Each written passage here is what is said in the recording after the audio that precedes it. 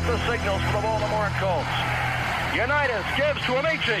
The Colts are the world champions. Amici scores. It's amazing, sensational, dramatic, heart-rending, exciting, thrilling finish in the history of college football.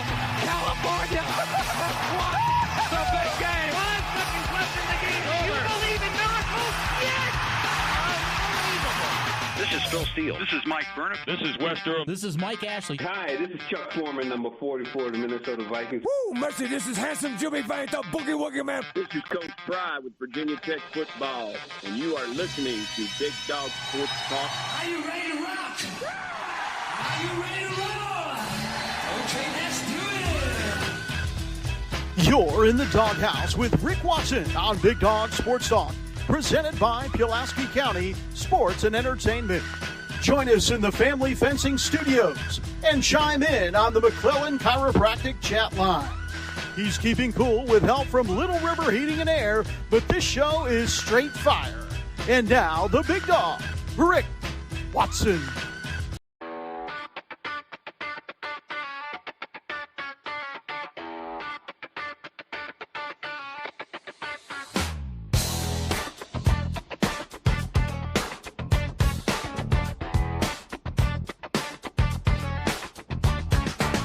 Rick Watson's got the mic, he's the big dog king. Cover sports so sharp, it's a new river thing. Virginia Tech fire, Radford pride too. Every stat, every play, he's bringing it to you. He's got that voice, deep as a valley, breaking it down, no dilly, no dally. Big dog sports talk, feel the bark.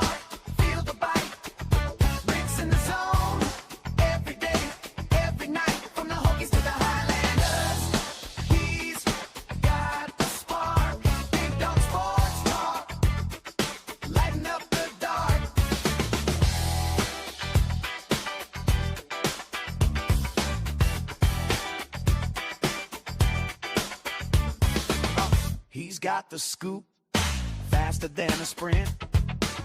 Calling plays like a coach, every word's a hint. From the courts to the fields, the stories unfold. Rick's play-by-play, worth its weight in gold. With a laugh and a growl, he'll pull you in. Big Dog's podcast, let the games begin. Big Dog Sports Talk, feel the bark. Hey, good morning. How are you?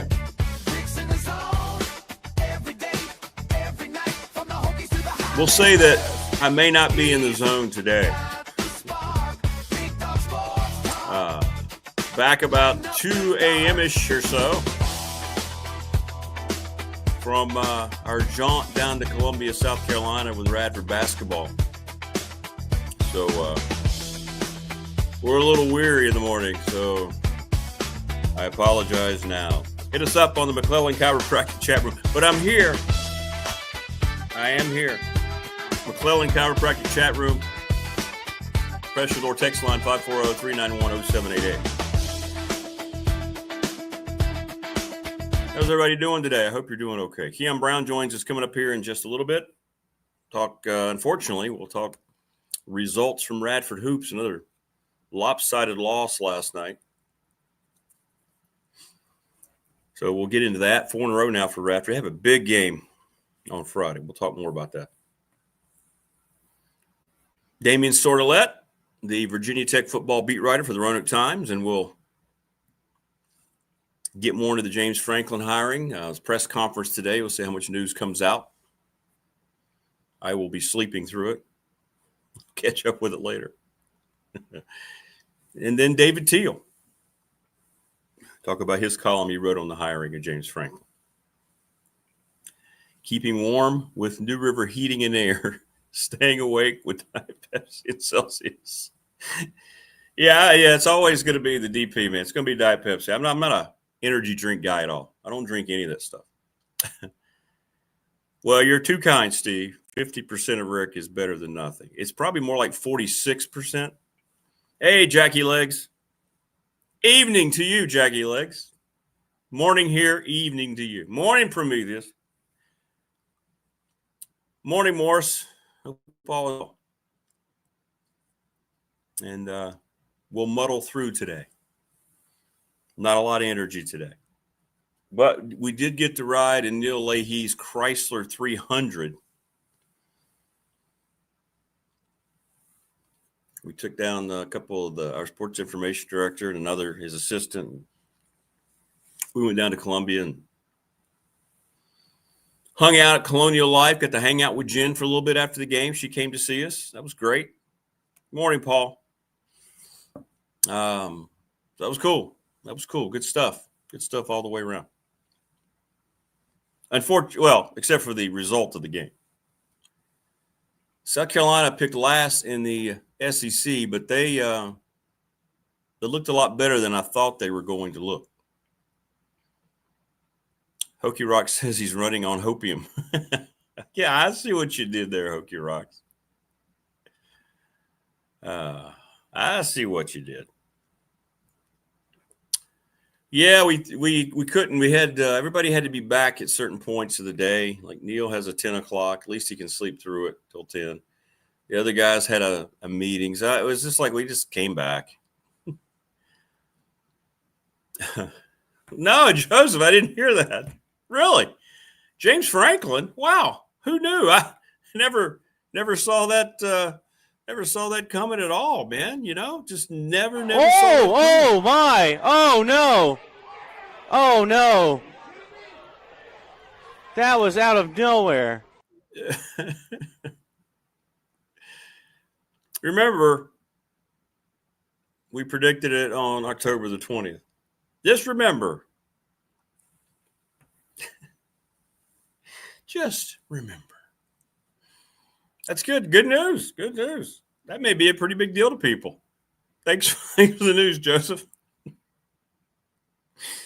So Kion Brown, Damien Sordelett, and David Teel. We do, Jackie Legs. Bradford's got a big game. It won't be a big game to a lot of people if you're not. And I know a lot of tech people pull for Radford, and I appreciate that. They do. And people out of the region. But they host UNC Wilmington, who's okay, pretty good team. And when you start, if your losing streak starts to fall and you start to continue to do the same things at home, now it's a Friday night and you got high school football here. Radford's playing Glenver for a regional championship. I don't know what the crowd's going to look like, but you can't start dropping home games. They got a lot of home games coming up in December too, so that's how you can fix some things. But when this carries over and you start dropping home games against similar type of opponents, which is what they have, good mid-major team in Wilmington, I think it's a pivotal game. And I'm not going against what I say about November. You don't want to panic. You don't want to get too high. You don't want to get too low. But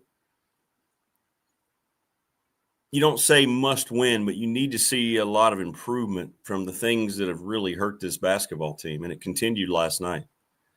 Poor shooting. Not a lot of effort on defense. I'm just going to say it the way it is. I mean, the head coach, Zach Chu, said the same thing. Pre-game, they need to work on getting back, things like that. And it happened again last night. Again, it's the same pattern. Well, at least not the same pattern, but it was a pattern of close. You're there through the first three media timeouts. You know, it's a 3 or 4 point game. And you're thinking, okay. And then they go on a run. You're up by 50. You're down by 15 at halftime. And you think, well, that's not ideal. And then they come out of the chute and they spread that lead out, and it just never got better. Hey, good morning, Opal. How are you? Thank you so much. I appreciate that. I'm concerned. I'll tell you what, for me, it's going to be right now. I think it's something that's pretty serious. If they drop Friday's game and it's in the same manner before the Dallas trip, they head to SMU, then the concern it's going to turn into full-fledged concern. The 2 games they've won have been at home. Now, they haven't played an opponent at home like Wilmington. They played 2 teams that were picked last. So we'll see. Really, Hokie rocks. I should know your daughter then. That's pretty cool. Says, I'm a Hokie. My daughter graduates from Radford and works some of the games for different sports. So I pull for Radford too. Thank you. Yeah, I mean, that's what it is, man. It's Hokies and Highlanders, you know? Hey, like the theme song says. We're all in this together in the NRV, just at much different levels. That's cool. That's cool. Like, for instance, many of the people that work at Tech came from Radford, and many of the people who work at Radford came from Tech or are season ticket holders. It's, you know, it's what it's supposed to be. So, press conference at 10 today. Oh, really? Uh-oh. Sorry, Hokie Rocks. So 10 o'clock today, and it'll be, I think it'll look good. It'll sound good. It'll be over inside Castle, and they'll have a big deal, and it'll be good. Be good. Yeah, and you know, Paul, I still think they could still be good. It's just there's some signs of type of play. I'm trying to save it until we get Kion on here because he knows he's been watching every game. He texts back and forth during the games, and he can break it down. But we'll get into it. But kudos to South Carolina. It's a must break to win or not win or improve for Lamont Parrish, their head coach in his fourth year. You remember 2 years ago they had 26 wins. They made the big dance. Then last year they only won 12 games. This year they were picked last in the SEC, but that's not a last place team. They look good. They're very unselfish. They had 22 assists last night. And any coach would just salivate over this. If you told Mike Young this, he would probably just become 10 years younger immediately. 22 assists on 34 made baskets. They were very unselfish. They moved the ball very well. And Radford never adjusted. That's just the way it was. They just never, ever adjusted or caught up. So South Carolina, 4-0. And they look pretty good. They're going to be heading to the Greenbrier. UVA's headed to the Greenbrier this weekend. It's Northwestern, UVA, South Carolina, and Butler this weekend. But I believe this is a crucial game on Friday. It's not like I'm not sitting here saying hit the panic button, but you're all sports people. You know what I'm talking about. You need to see something a little different on Friday. And if it continues to be the same pattern,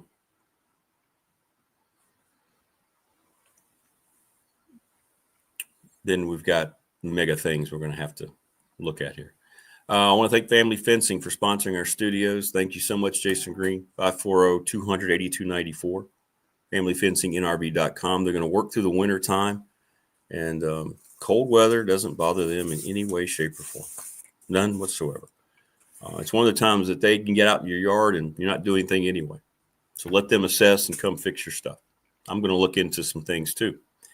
I will wait till the spring, though, because I haven't decided. McClellan Chiropractic, Mark Hundley. He's the best. Go see him, sponsor of our chat room that just absolutely explodes. I know it's great to see so many people asking. Thank you, Knicks fan. But go see Mark. Yeah, this is kind of an alternate Denver Broncos. It's got the old logo on the back, the old D. This was, I think, one of the sideline hats from 3 years ago, and I really liked it. I thought it looked cool. And it's different because this isn't an official Broncos logo, but they intercased that with all the teams. So I liked it. Really good stuff. So thank you.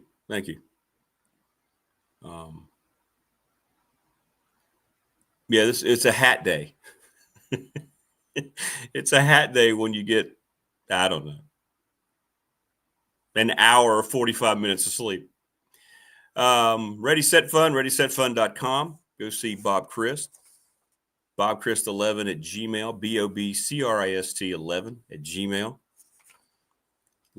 They prepare text messages and you can raise money. You send those out. Talk to the folks at Floyd County Softball, $4,000 in a week. Check out ReadySetFun.com, and thank you for your support, Ready Set Fun. You're the best. You are the best.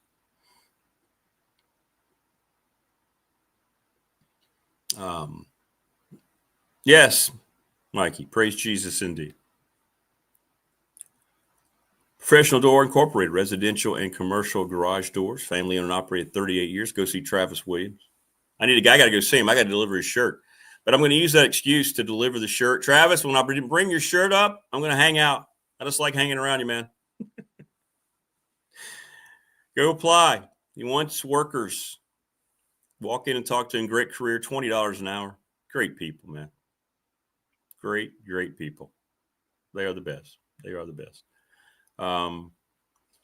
National Bank member FDIC, the exclusive banking partner BDST on YouTube. Thank you to Larry Ramsey. I've been using them for 35 years. They are the absolute best. Absolute best. So go see them.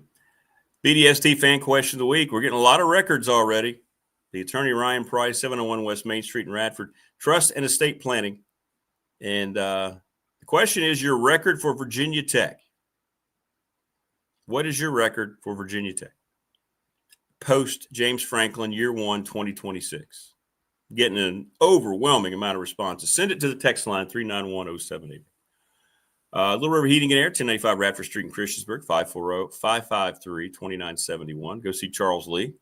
Stay warm. One of our chat members already referenced it. Pulaski County Sports Entertainment presents this program each and every day. Thank you to those folks. They are wonderful. Jonathan Sweet was great talking about the racetrack opening back up. Awesome stuff. Awesome stuff.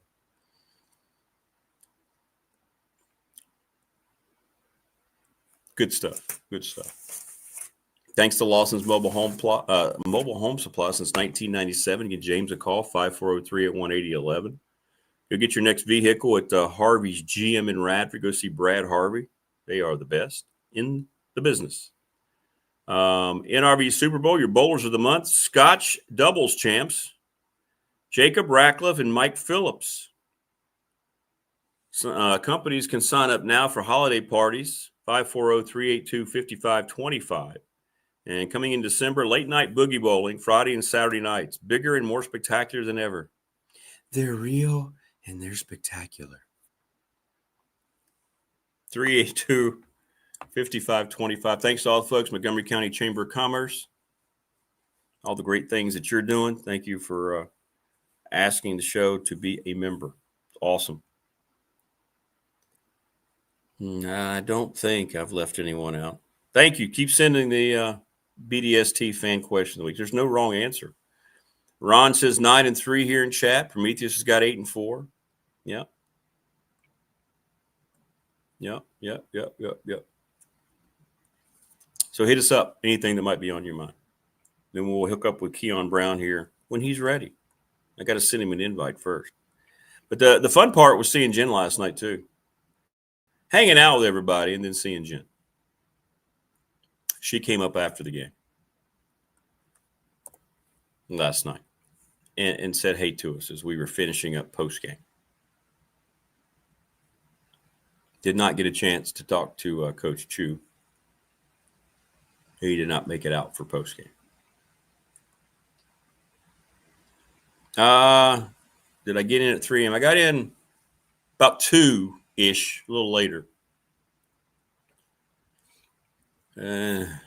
Maybe 2 hours of sleep.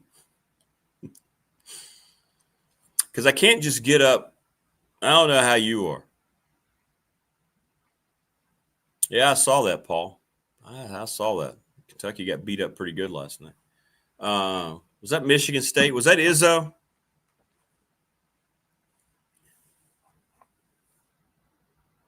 For instance, I couldn't sleep. I can't sleep up against the clock and then come in. You know what I mean? I can't do that.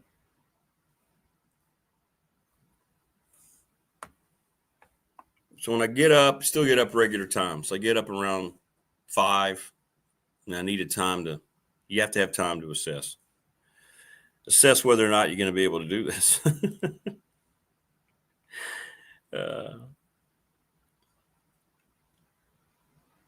Oh, very nice. Jen just sent a very nice picture of She and we took a picture last night. I'll have to see if I can get that on the show. Not today, though. If I try to do something really technical today, I may just destroy the whole mechanism. Morning, Rodney. How are you? Oh, and by the way, we want to thank everybody at Top Shelf Apparel. Brandon. Screen printing, embroidery, laser engraving, 540-616-8153. A lot of people are asking me about the presser. It's going to be a big thing, but it's going to be your typical press conference. You know, it's going to be presented as if this was the only place that he wanted to be. He's going to talk about how wonderful it is here, and I'm hoping that there are lots of great questions about. He probably won't talk about the process too much. You know, he will mention Brent Pry. He'll talk about that. He'll have questions about the staff. That'll start to come into clear view, I think. And then the money will be released and how much it actually is. Now, you know, Prometheus, I'm not a coffee guy. I never have been. My vice,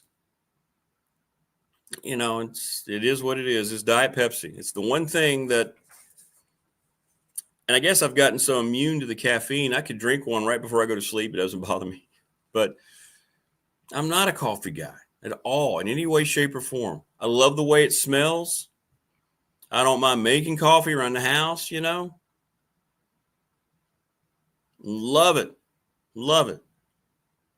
But I do not drink it. I cannot. I just don't. I never have. And think about it, too. You're either a coffee guy or you're not, or a coffee gal and you're not. It's no in between.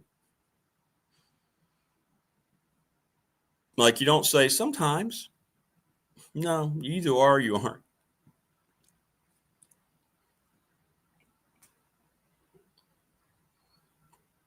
My biggest regret yesterday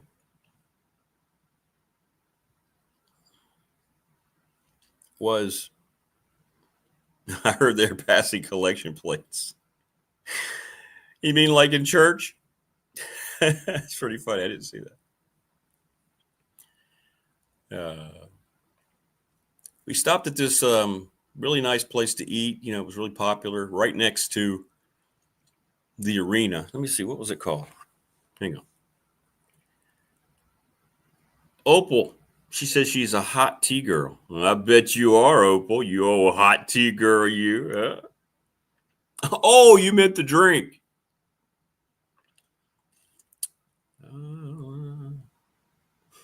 It's called the Thirsty Fellow. Kind of a pub / restaurant. The Thirsty Fellow down in Columbia. We had great service. People were very nice. But I got the wrong thing. I'm usually, I love fish and chips. And when you're at a pub, I probably should have gotten a burger, right? Probably shouldn't have got a burger, but I did not.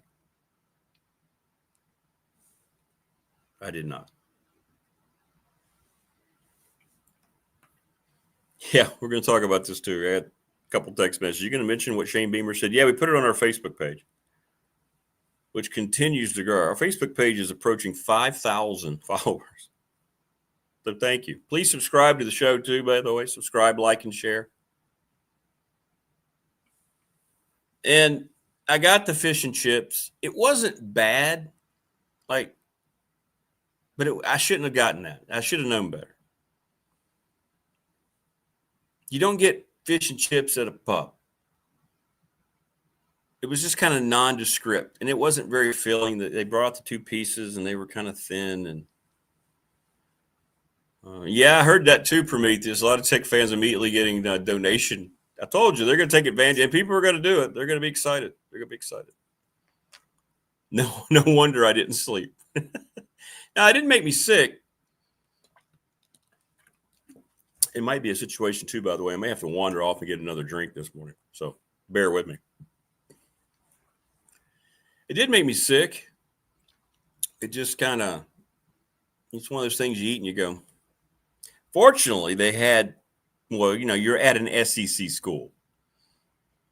And they had a wonderful Italian spread. They had just chicken parm. It was just out of sight. So I got a big old piece of chicken and had that too. And then I felt better. But you go against your instinct. You know you're at a pub. Best thing they're going to have is a burger. The pizza was good, but I didn't want a pizza. They're known for their pizza. And I went with the fish and chips, and that's just not a good move. A lot of times you'll be out with people eating, and they'll get something. I wanted something different. Then they get it. They don't like it. And I always stay true to what I know I like, and then I'll blame them. I'll say, well, then what are you doing? If you know you like something, get it. Well, I wanted to always. Okay, well, if you always get it, that means you really like it. Well, I got to take my own advice. I blew it last night. No Paneras in South Carolina. I don't know. We don't actively look for the Paneras when we're out. I don't know, Joseph. People were hitting me up yesterday about that. I find it difficult to believe. We'll see. You know, maybe Damien Sordelett. He brought it up the first time. I don't know how Tech would feel about that. He just fired the guy. I don't know. I won't say no. They are close, and it's been pretty much confirmed by many people that, you know, Pry was a big proponent in all this. Hey, Frankie, you Miami Hurricane, you. Congrats to Tech with the home run hire, but my Canes need to be focused with this noon kick and handle business. Yeah, you are on life support. And then you get completely screwed over in the college football playoff.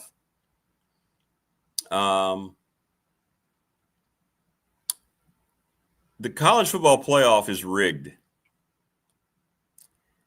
And I didn't realize what was going on until last night when I was getting home. You know, we were riding back and I'm going through Twitter or X, and the national pundits are just seething at what came out. This whole thing is so choreographed. ESPN, so dirty, right in the middle of this. Miami beat Notre Dame head-to-head. End of story. And this is why David Smith, our NFL correspondent, who's just so good at what he does, says this is why the NFL is so appealing to him, because you are getting into the postseason based on who you beat and what your record is. It doesn't matter in college football. It's all just a matter of opinion. Whatever formula they're throwing out, none of that stuff is real. It's just not. None of it is real. And the playoff standings last night, just getting absolutely ripped.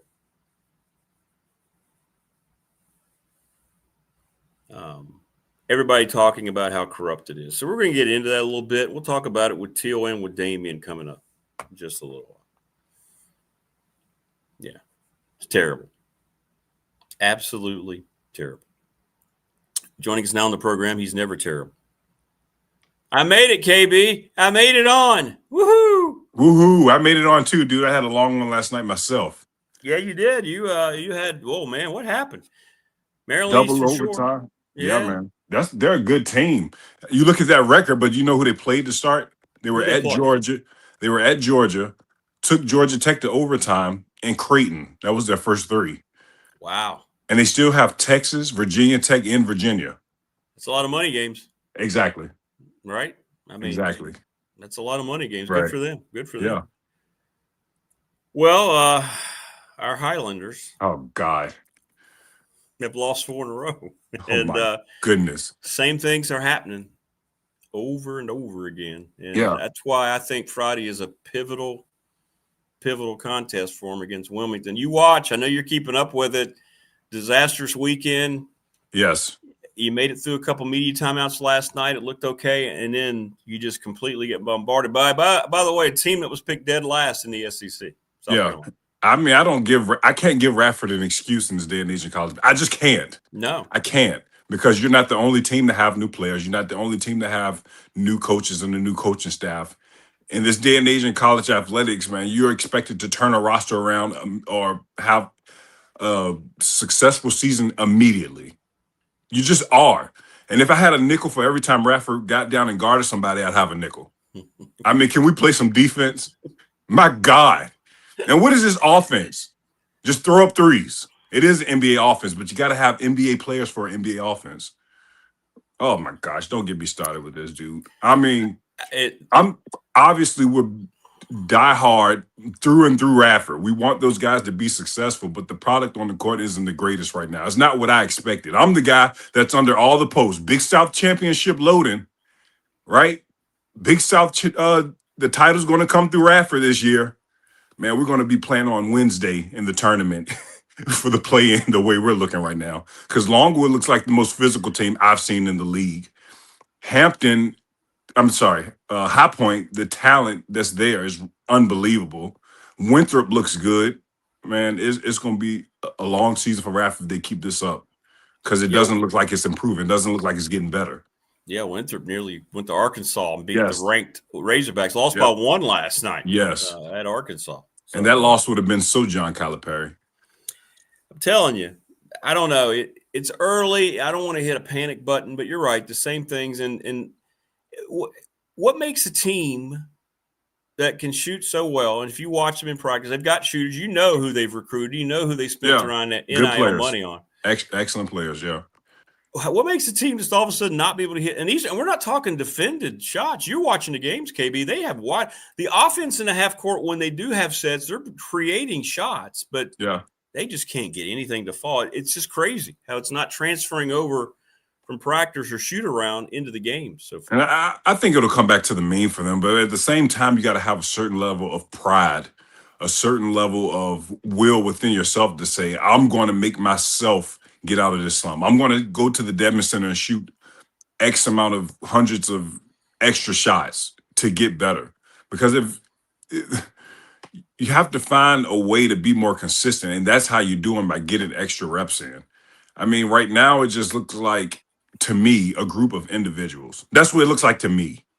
And we all know the talent is there individually, but if you want to be an individual, go play golf. It's a team game.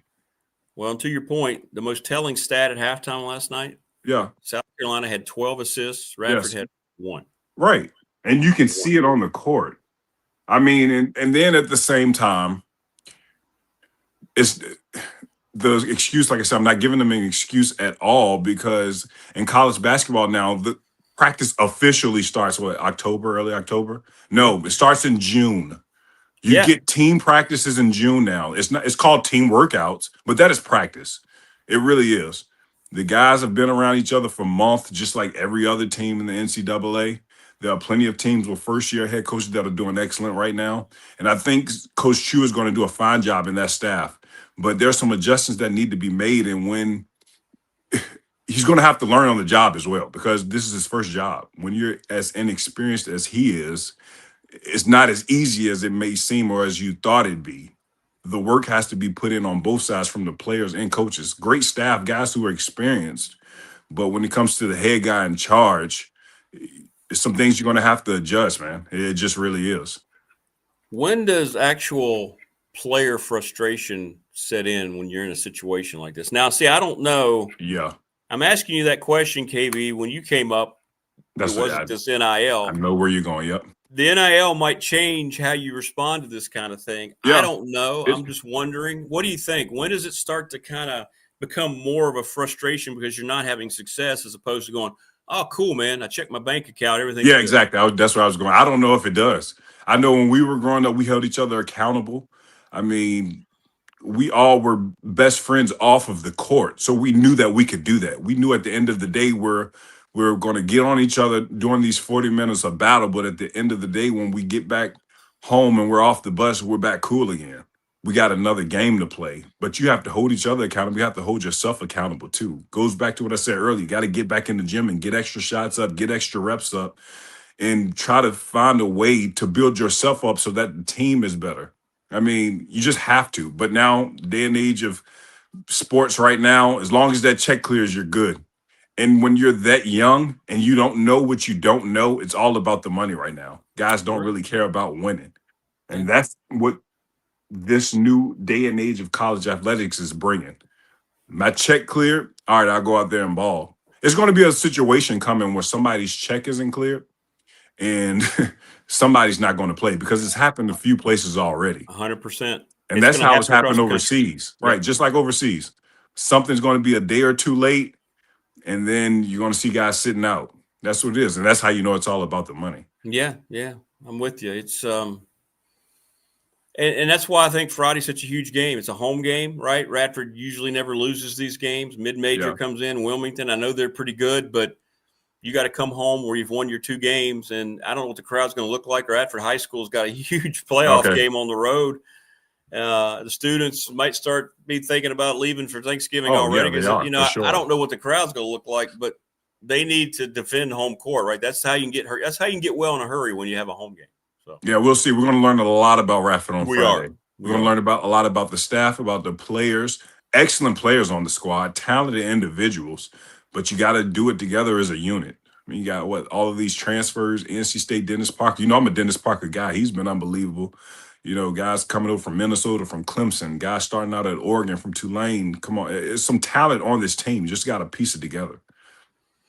Right now, Virginia Tech not having that problem. Now, granted, they scheduled a lot of home games for success. Yes. Mike Young wanted, he knew what he was doing. They're winning games they're supposed to be winning. They have a good win at Providence, but they continue to look really good. But again, we're going to see now as their schedule, it's a little more challenging how they adjust to things too, because you know how coaches are. You know this industry. You know how when you look at a home schedule and the kind of opponents that are on that schedule, you're scheduling games to get out ahead and start stacking wins, and Tech's done that so far. Yeah, and they got one of the best freshmen in the country. Like I said, though, this year for freshmen is ridiculous. I think it's the best in the history of college basketball. When June comes around, the first 10 picks could all be freshmen, and that's saying something, including Neo Abdalis from Virginia Tech. That kid is unbelievable. That game he had against Providence, my God, just woke the world up.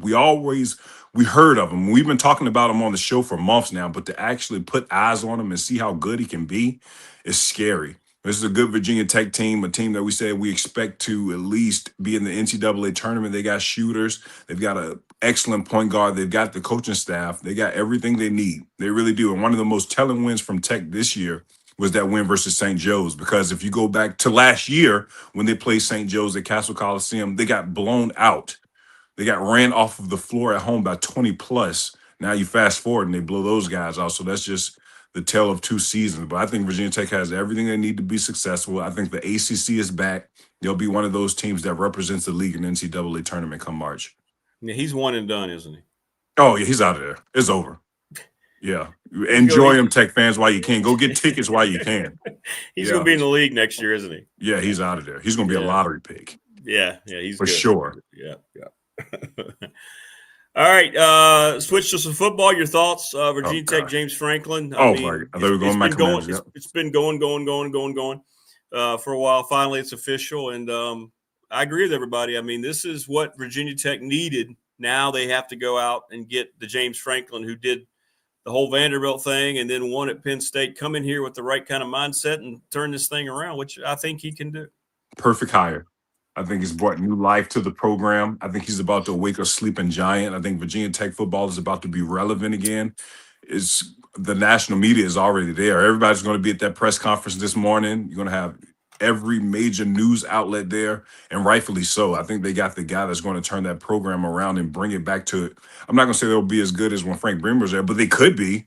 I think they could be, but the right hire was made. I think you've got a guy who knows how to win, who knows how to recruit in the area.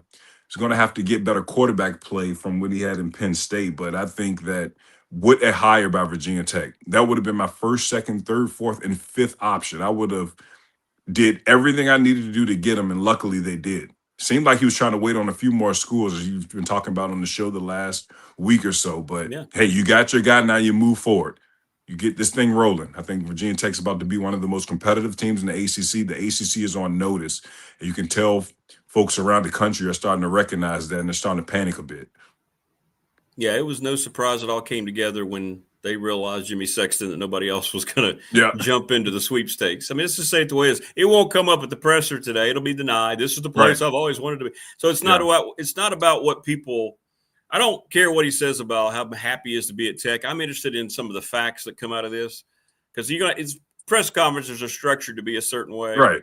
Yeah. But I want to see about the staff. I want to hear about the poor. I want to hear about his plan going forward. That's what I want to hear. The one specifically for Blacksburg.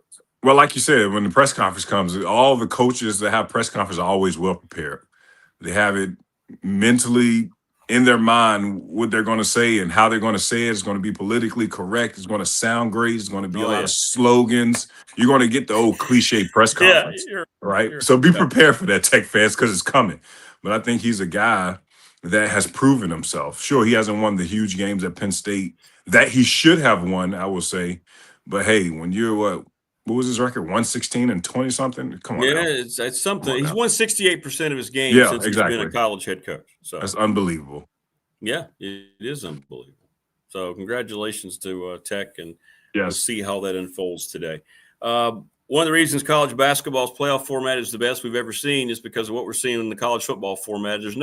There is some opinion in college basketball. It's less important now at the expanded field, and then next year they're going to expand it more. I know there's some teams that are left off the bubble. Maybe one or two have an argument every year, but this college football playoff has angered everybody to see the way they do it. It's pretty clear what's going on with the structure and how TV's control in the playoff on the football side. With Miami continuing to be, they beat Notre head-to-head. When head-to-head means nothing, I don't know why we play the games. Right. So that's where we are with the football. I didn't see the updated football. So they got the top programs or something that was going to bring in the revenue. Yeah, they got the playoff, the college football playoff rankings, and they've got Notre Dame still ahead. They got Miami right now out of the playoff. And they won the head-to-head with Notre Dame. Yeah, they did. Oh, gosh. Don't make it so obvious. It's like when North Carolina's president was on the board for the tournament last year, and he said last team to get in. Right. Yeah, come on now. Same thing. North Carolina had no business in the NCAA tournament. That's right. I forgot about that controversy because it was 4 or 5 other teams had much better resumes. Yes. He just happened to be on the committee. Oh, Carolina's got the last bid. Shocker. Yep. Exactly. And they got blown out in the first round. Yeah. They won the playing game, but they won, Yeah, I know. How good is Boozer at Duke, by the way? He looks really good. Yeah. He's like a combination of his dad and probably Paolo Banchero. Whew.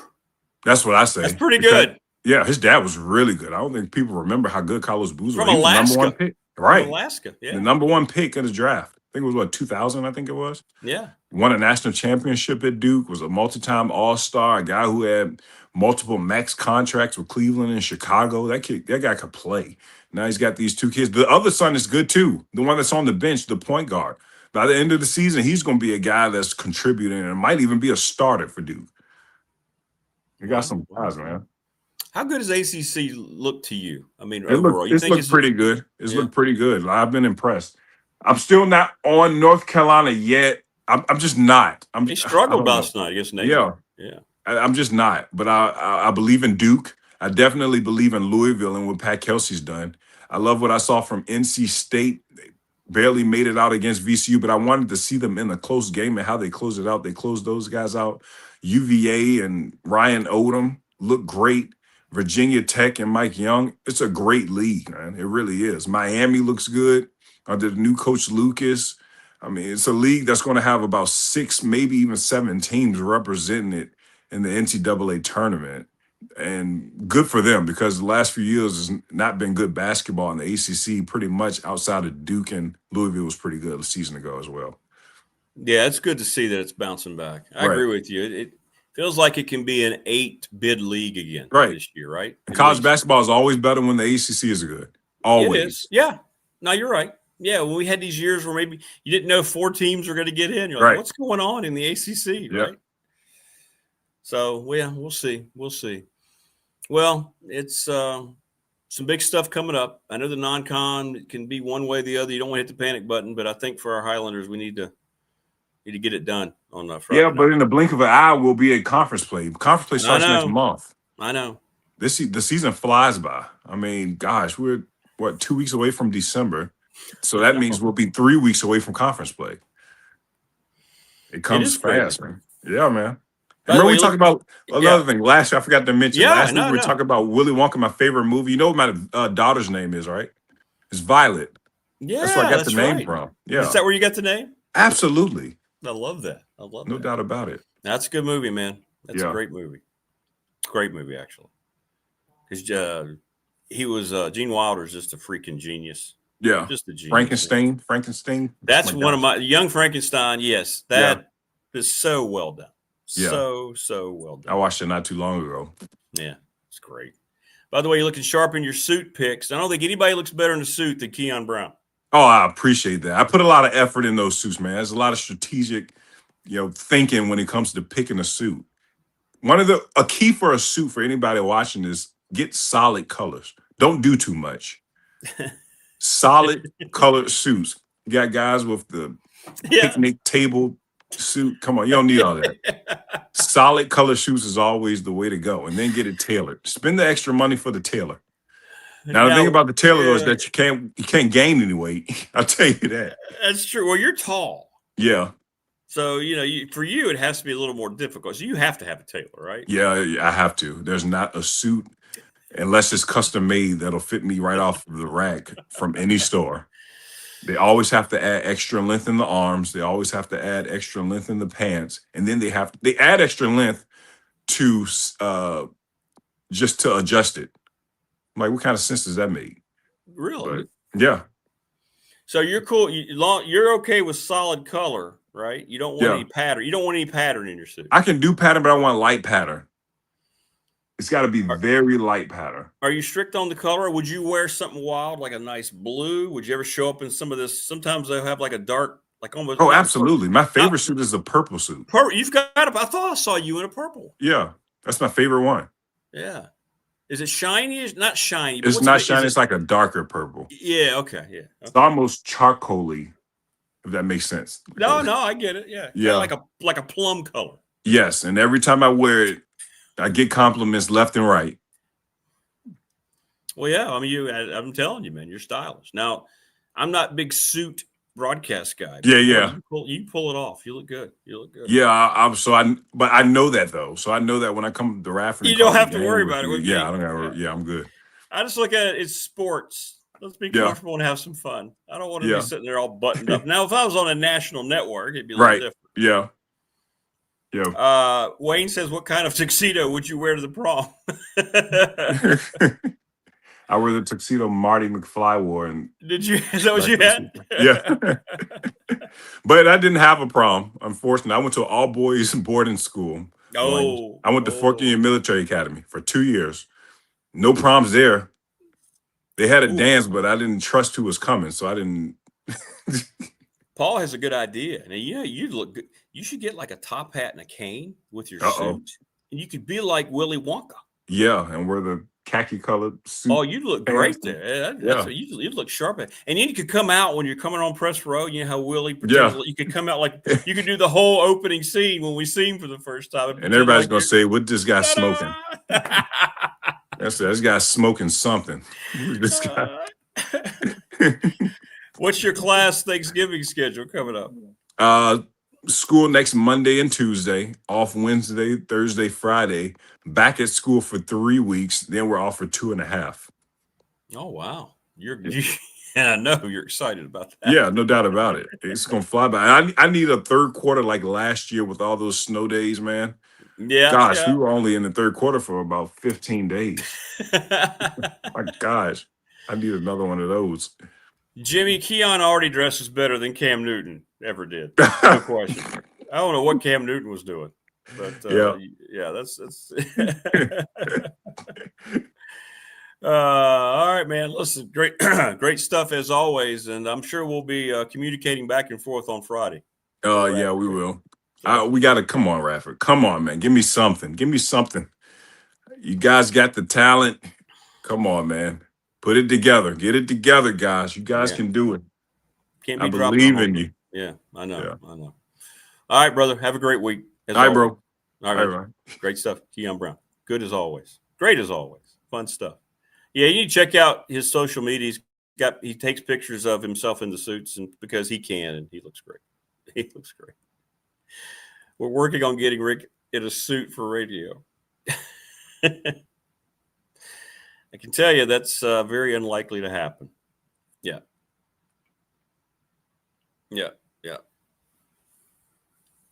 Miami won't make the playoffs if they don't win the ACC. I'll tell you that. I see that, Joseph. They won't make the playoffs if they lose if they don't make the championship game. They won't get it. They won't get an at-large. Yeah. Not going to happen. Not going to happen. I don't know. We'll see. Head-to-head should matter. Shouldn't matter who you lost to elsewhere. It should matter who you beat head-to-head if it comes down to that team. You beat that team. And that should trump everything else. I mean, why the hell play the games? It's like in the playoffs. That's what David Smith was saying. If a lower seed beats a high seed, the high seed doesn't get a do-over. The team that may have come from a tougher division that had better losses, if you will. It's just weird. Just strange stuff, man. But we'll talk to David Teel and Damien about that too. I don't know. The whole playoff thing, and there's no formula. It's just a matter. It's just opinion. You know what was better? And this is crazy to say. The old BCS formula is better than what they use for the college football playoff rankings every week. At least it had a computer algorithm that they would explain. Now I have no idea, other than just opinion, what they're doing. It's just nuts. It's just nuts. So we'll see. We'll see. But when you start talking about who had the better losses, that's already telling you that you're just barely a playoff team. But all I know is Miami won the game. And that's a question that needs to be answered. If you win the game and your resume is similar record-wise, why play the game? Why does the result matter? And we're already questioning results with all the gambling things that are going on. We don't need another reason to question why are we even bothering to play the games. And that's what the people who continue to run these things that are in there for their own greed and self-interest, like ESPN, like the SEC, like the Big Ten, and all they're worried about is getting as many people in there as they can with positioning. Again, it's up to fans on how much they want to take. So, anywho. David Teel coming up at 7:40 today. Thanks to Kion Brown. Thanks to you for keeping me going in chat after getting back very early this morning from Columbia, South Carolina. Joining us now on the program, he's the Virginia Tech football beat writer for the Roanoke Times, Damien Sordelett. What's up, Damien? How are you, man? Good to see you. Morning, Rick. You're probably mainlining caffeine right now, if I'm not mistaken. Woo! Yeah, we got in about a little after 2. About an hour and 45 minutes of sleep. But, hey, I'm here. I'm trying. I'm doing my best. Yeah, I went through that Saturday night, Sunday morning, driving straight from leaving Tallahassee at 1 a.m., get in Jacksonville about 3:45 to drop off the rental car, go through TSA, and board the flight at around 4:30.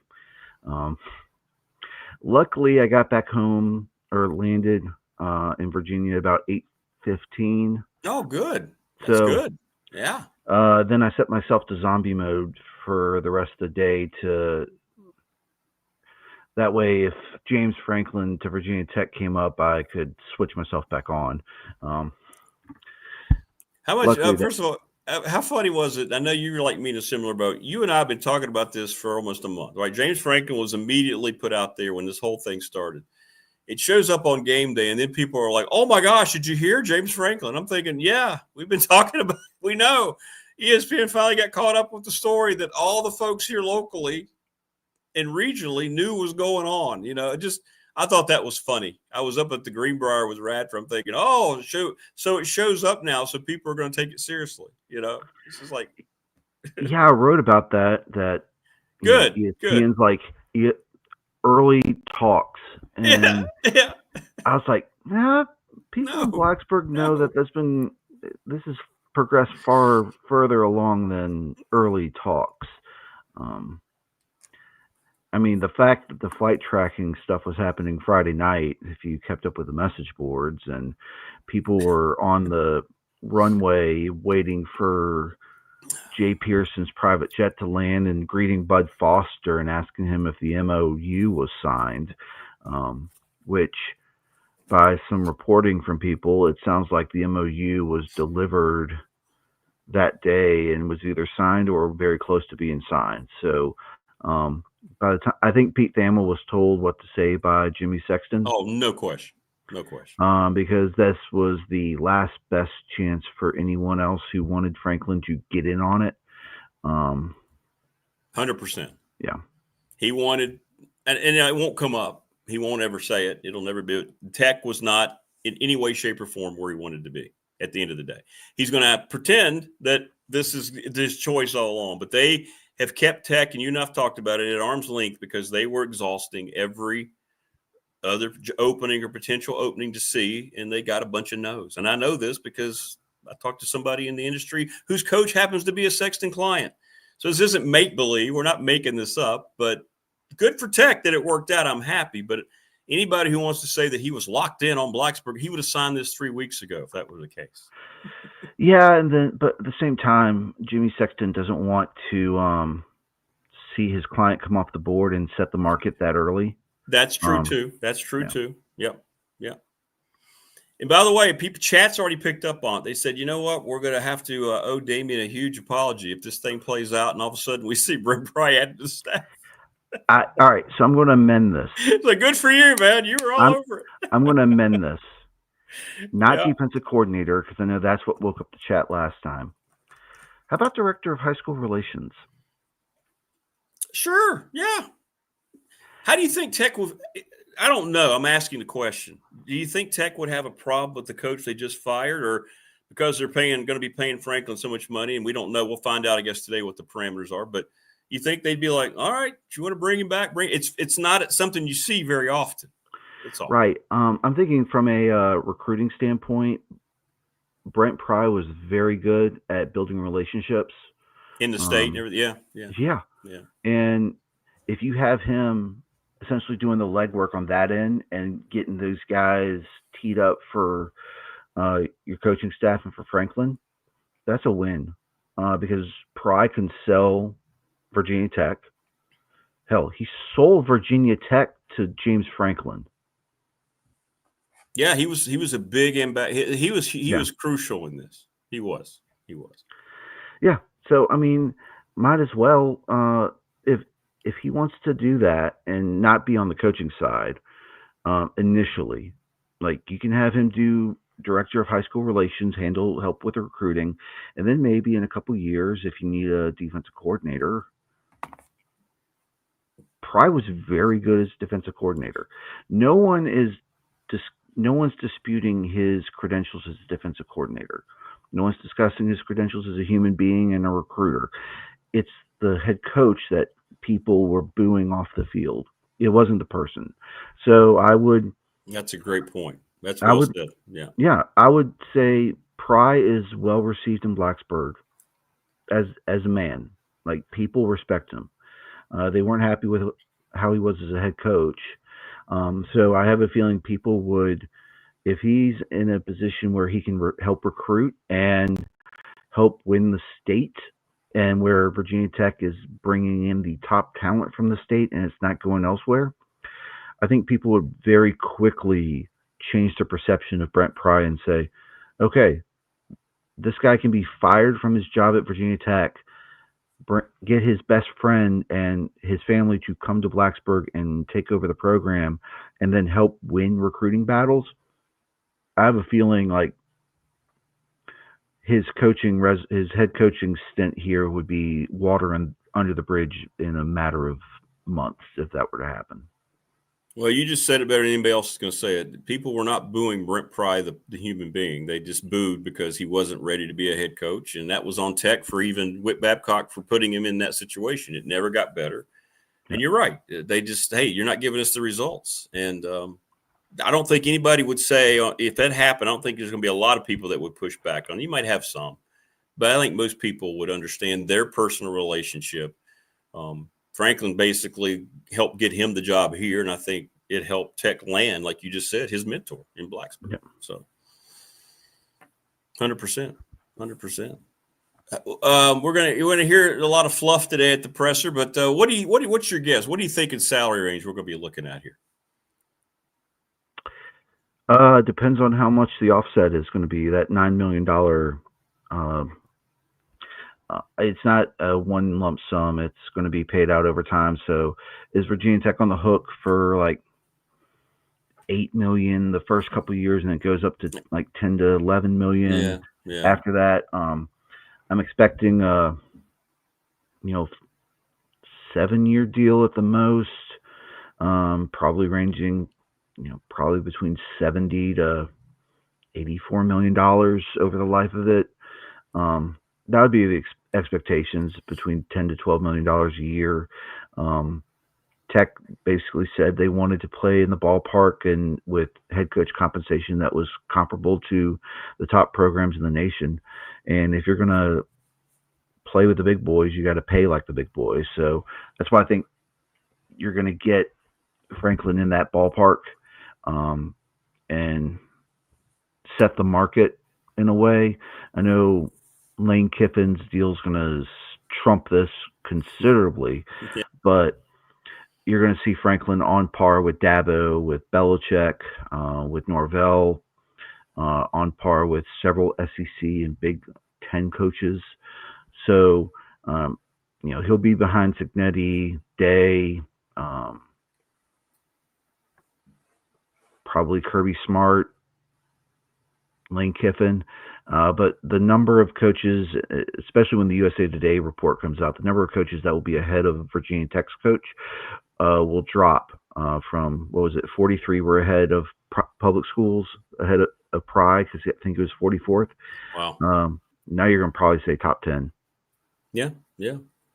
And he's going to turn around the talent level. There's two reasons. Everybody's putting it just on Franklin. It's not just on Franklin. These recruits also know, and their handlers, Tech's commitment now to the NIL. It's going to be bigger than ever before. They saw the money that's been approved. This is going to go hand in hand with a guy who's already a great recruiter, and that's what he's based his whole success on. He did it at Vanderbilt. He's done it, obviously, at Penn State, and he knows this area. So it is the perfect storm, isn't it, to have a guy like that come in. Plus, they know, okay, now I can go out here and I can look at Virginia Tech like I could look at another ACC school or even a SEC school money-wise. Yeah, from a NIL standpoint, I think Virginia Tech is significantly increasing what it's going to do for football, and that's a big help. Brent Pry was talking about Moneyball, if you remember last recruiting cycle with the transfer portal, where it was like a player came in and asked for $400,000, and Pry's like, we'll pass. And he's like, well, what if we can get 3 to 4 players and their total is $400,000? So he was playing Moneyball, which kind of, puts one hand behind your back in terms of what you can offer. And Pry was always about, I want these kids to come play for Virginia Tech because they want to be here, not because of, their NIL deals. Now Franklin can go get the guys that he wants to bring in who want to be at Virginia Tech, but also are going to get compensated for being here at a much higher level. So, I mean, unfortunately for Pry, all this got approved after he was fired. But Franklin, because of his success at Penn State and understanding how to manage a roster, he's going to bring in a GM. We've already discussed who that's going to be. Andy Frank, if I'm not mistaken, is the name, who is at Penn State with him, and Vanderbilt. Yes. They understand how to manage. Yeah. They understand how to manage a Big Ten roster and the money that comes with it. I expect it'll be business as usual, even though it's an ACC roster. They're going to treat it like a Big Ten roster in terms of, NIL payments, how you handle revenue sharing. Franklin's been a part of that. So he's going to understand how to balance the roster and all that stuff. And I think that's going to be a big thing moving forward, that Virginia Tech's going to be able to land big recruits. This recruiting weekend is going to be massive for Virginia Tech.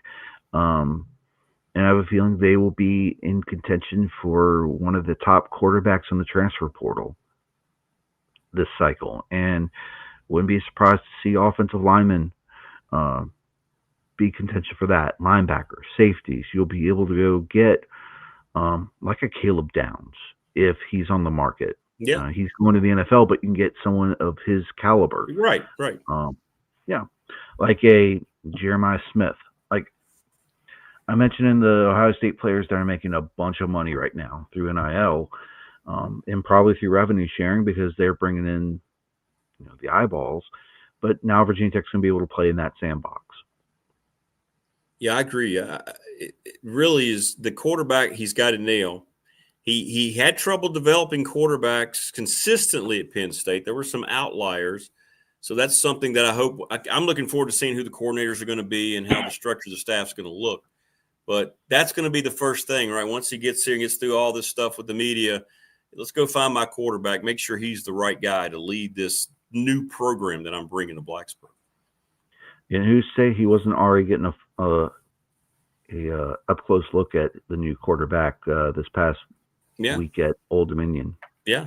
You think maybe he was already planning ahead? Because that kid is lights out, man. I mean, I don't know. It's going to be interesting to see. Colton Joseph is going to get paid. That is a quote from David Teel, and I am stealing it. He's right. And I would, honestly, Ricky Ronnie's making $850,000 as the ODU head coach. You double his salary, bring him in as the OC. You bring in Decker, the OC there. You bring him in as the quarterback's coach and the passing game coordinator. You run that offense. Yeah. Do you think Ronnie would do that? I mean, I know the money would be better. You're running your own program now. I wonder if he'd willingly step aside. I don't know what his preference is. Here's his ceiling, and this is his head, and he's currently hitting his head on the ceiling. You think ODU is it for him? You think that's they don't have the money? If you look at how ODU has to fund its athletic program, they're up there with James Madison in terms of how much they have to get student fees to cover it. Yeah, I mean, it's a thought. Yeah, I mean, it's a thought. He was visiting the whole program. He didn't just show up randomly to say hi to Ricky Ronnie. In retrospect, now, right at the Troy game, and the Troy head coach worked for him at Penn State. That's right. Yeah. But at the same time, you get a look at this is a fun offense that spreads you out, but also is effective running the ball. This might be something worth bringing to the ACC.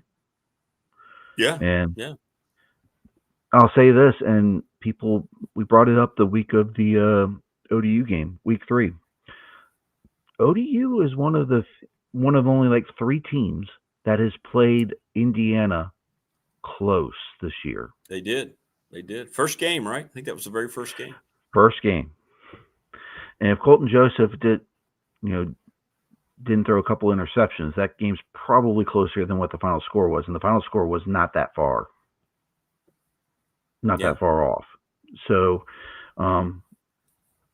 it's proven that offense can score and be effective against a Big Ten defense. And a Big Ten defense that is very good. I mean, I'm starting to fill out All-America teams, and I've got Indiana players on defense on there, several of them. They're good. So, I would look at that. I would look at ODU. And here's the thing. If you're bringing Penn State players with you, how many ODU players do you think are going to follow Ronnie to Virginia Tech? I know. It's a good thought, man. It's a good thought. Depending on how many players enter the transfer portal, you'd be able to quickly fill your roster just from 2 spots. People who want to follow Franklin, people who want to follow Ronnie. It feels like to me this can happen year one, given the league in which Tech plays. Because if you look at the teams that are, good now, they're not overwhelmingly good. Miami is always going to be hyped, but they haven't delivered enough to get the respect of the committee. Clemson is down a little. I don't think it'll last. Florida State might be looking for a new coach. We don't know. Georgia Tech doesn't look great. They almost should have lost a couple of games, BC being one. The Wake Forest game, they got a very favorable call. So it's right there for them. And this feels like, to me, year one, Tech can be an ACC contender once they reload the roster. I really believe that. It feels like that. next year. Oh yeah, because Georgia Tech's got to replace Haynes King, Mm-hmm. and a bunch of other really like their offensive line as well. So that's going to be you're going to have to hopefully either have some players in waiting or you're reloading through the transfer portal. I know people were talking about this on the chat about UVA. They got to hit a home run on their next quarterback out of the transfer portal unless they got someone in the wings waiting. But I think UVA has found the right calculus to be successful in this era, especially with the money they're getting in and how they're able to invest in the roster. I think UVA can still be good moving forward. But Miami's going to go to the transfer portal for a quarterback. I already saw the chatter on the message boards about it being Lenore Sellers going down there. Clemson, again, they'll have a new quarterback because Klubnik's going to graduate. I think Pitt's going to be good. They're going to have their quarterback back. Yeah, if you keep him, but yeah. You look at the schedule: Miami and Clemson on the road, Georgia Tech, Pitt, NC State, Virginia at home. Luckily, you're not going to Brazil to play one of those games. Right. And then you're going to add a ninth ACC opponent.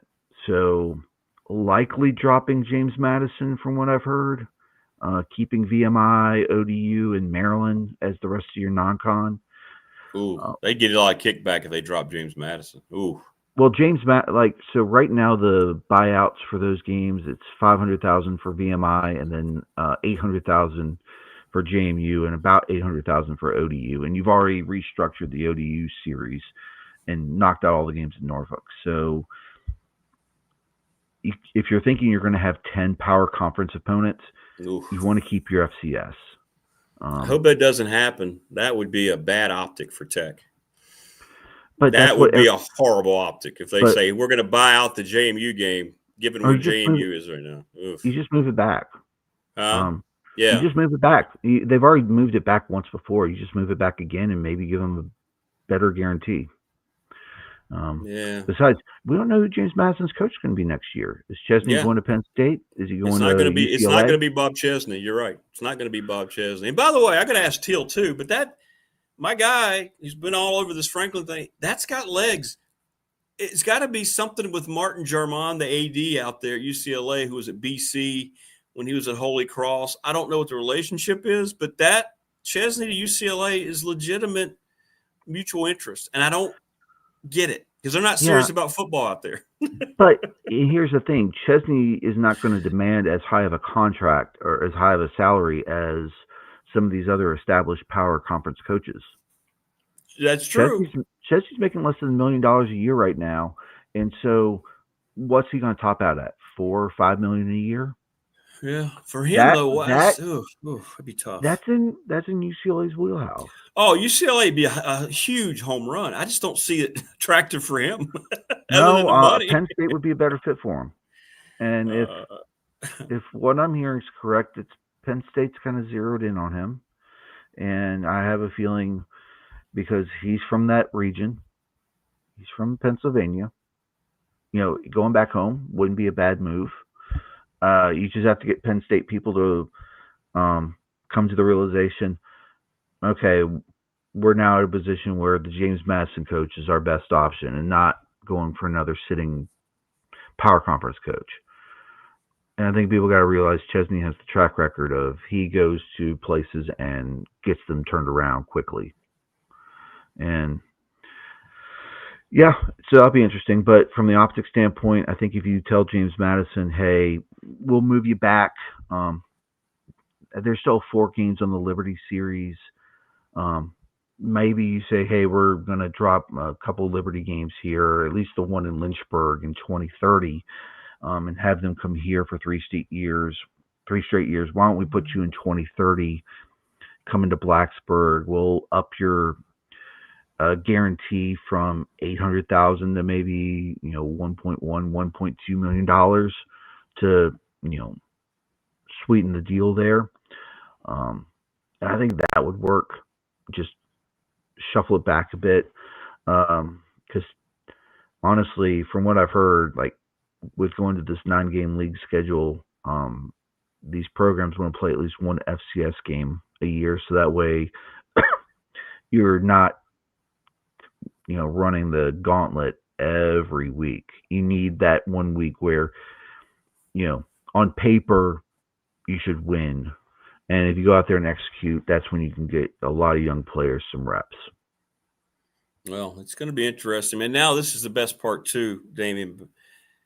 We said this too, you and I. I mean, now Tech's got this done, and they can just sit back, all the Tech fans, with popcorn like all the rest of us, and see how these jobs are going to fall, right? And all the openings, the whole Kiffin drama it's just weird. I mean, Tech now doesn't have to worry about that. And this administration, this new football administration, get off running on a great start and do their thing and focus on getting talent on the field, and instead of having to sit and wonder who your coach is going to be. It's really such an advantage now for Tech and their fans. Huge. Right. Huge. And from this perspective, Franklin gets 2 weeks to see the players up close in practice. In game, right. In game, in meetings, all that stuff. Gets a read of what they are.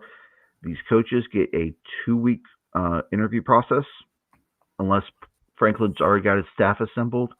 If there's any questions about, if any positions that needs to be filled, you got a 2-week interview process here. We mentioned the big recruiting weekend against Miami. There's going to be a lot of recruits. And then from the other standpoint is, from a portal standpoint, Franklin's already probably getting a jump on that. I mean, there was no restrictions on him as a private citizen being able to go out and talk to people. So he's got a leg up. And the fact that he was hired with 2 weeks left in the regular season, I know Virginia Tech fans wanted him earlier, but I think getting him now, it's not too early. It's still a little early, but it's to the point where this makes so much sense that he's going to be able to go out and assess the roster. And it's so much easier. It's so much better to get live.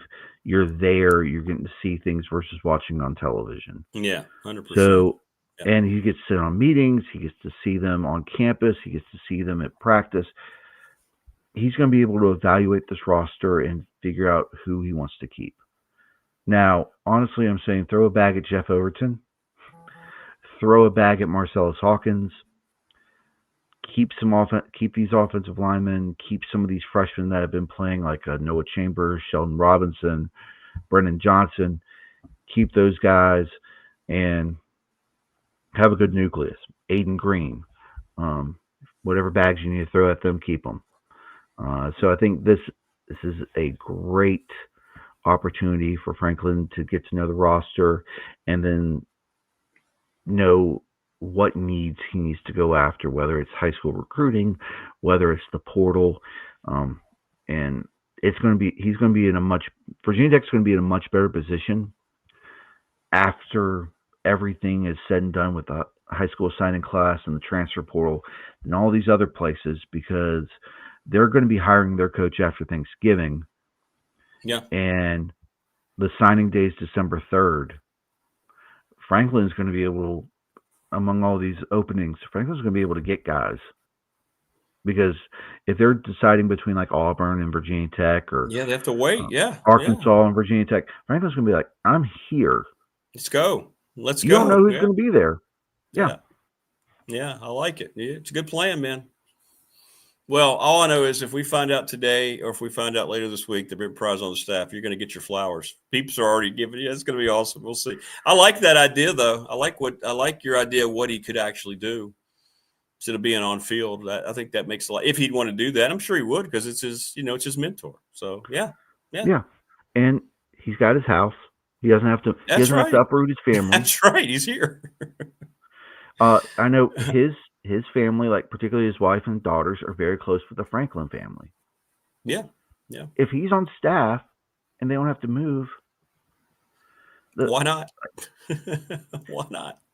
Yeah, I mean, yeah, that makes sense. And to your point, Tech fans. No, I don't think there'd be one Tech fan that would not sign off on it. There's not one. Maybe there would be. I shouldn't say that, but very few, very few would if have a he's off problem. field and helping with recruiting, I don't think there's any.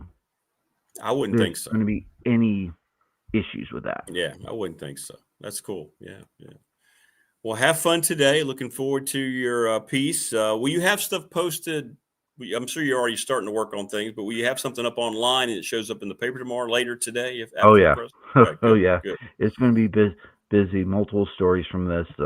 We actually get to talk to Philip Montgomery tonight after good. Yesterday's presser was canceled. So at least we'll get something on Miami because there's a game happening against the number 14. Oh yeah. Tech's already won the game. They've already won their last 2 games. Yeah. I don't know about the buyout. I have a feeling you can negotiate that for prize buyout. Absolutely. And like maybe put that off as deferred compensation. Yeah. Down the line, say, all right, we'll pay your buyout over instead of the $6.8 million coming in like in a short period. We'll just spread that out evenly over more years, but I don't want to turn into like the Bobby Bonilla Mets deal where he gets paid by the Mets every July 1st right. for years and years. Yeah. Well, it's going to be fascinating. Like I said, they'll win the presser today. He's very good with the camera. And that's why it was also a big consideration for him. He really seriously thought about TV.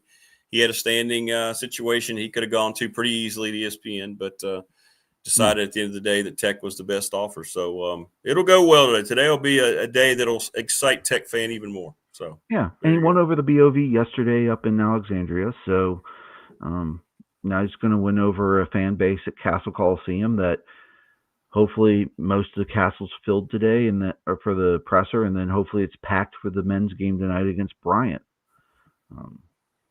You think they'll run him out there Saturday? A lot of people have asked. You think would that take away from Philip Montgomery, you think, or would it be a great opportunity to have him out there at halftime to wave around? I mean, I don't know. I'm not saying halftime.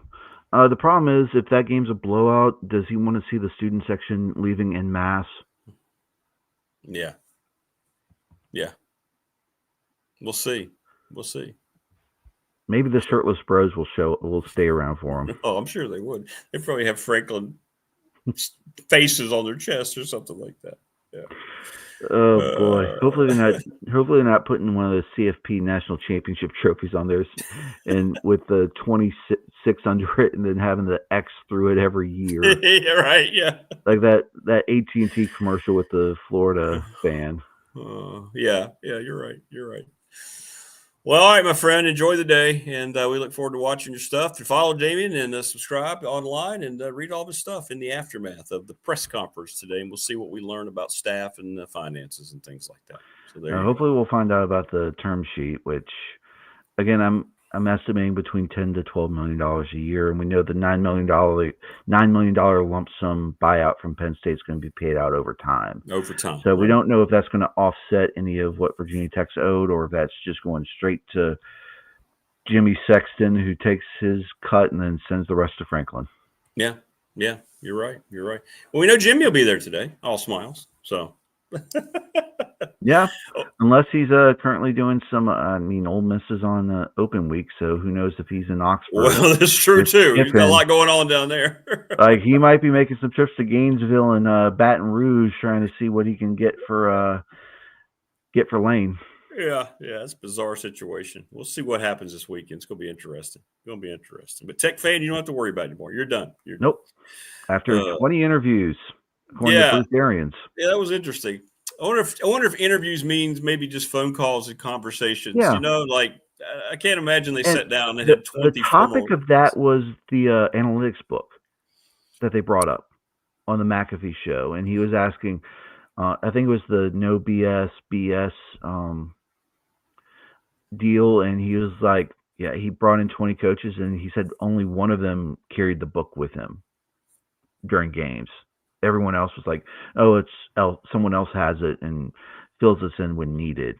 And Arians was like, it's important to have that, but it's also important to have a coach who knows with his gut, oh yeah, I gotta go for it here, or let me take the points here and all that stuff. Exactly. So that was the context of him bringing that up. Okay. So, it'll be interesting to see Arians if he's there.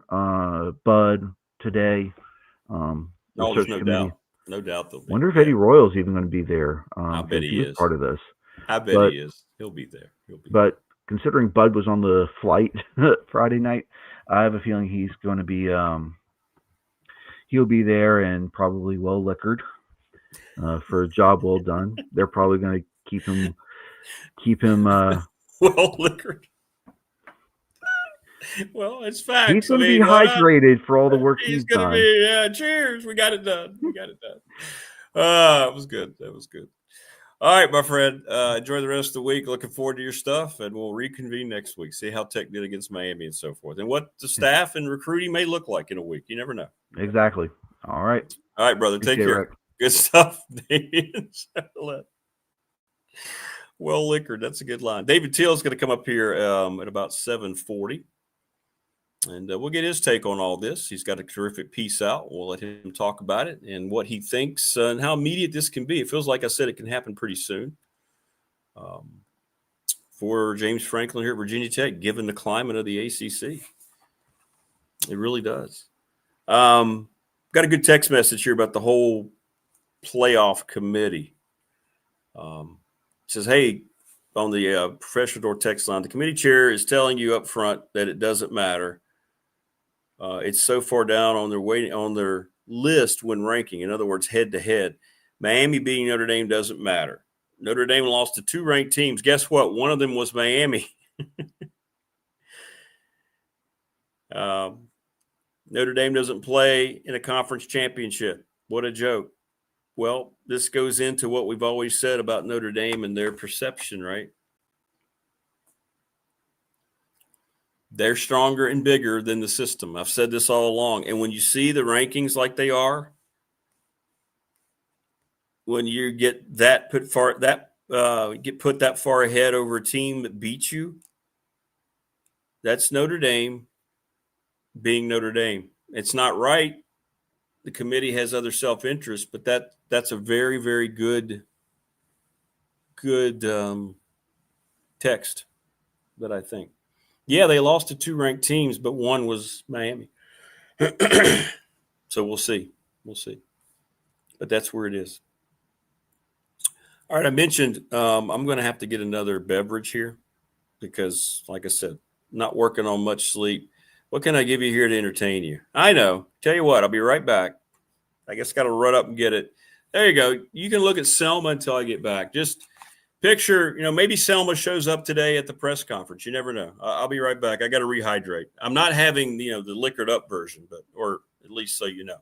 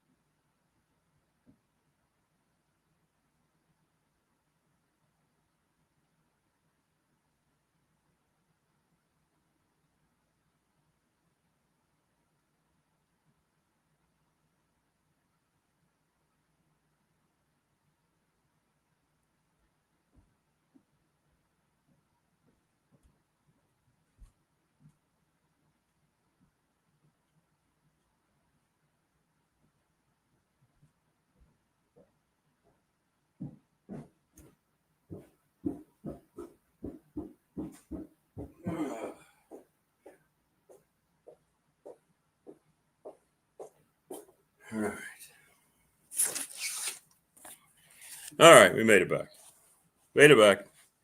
Hope we didn't lose too much of the audience. Probably not, because, hey, you're looking at Selma. That's From Dusk Till Dawn, by the way, right before she turned into a vampire.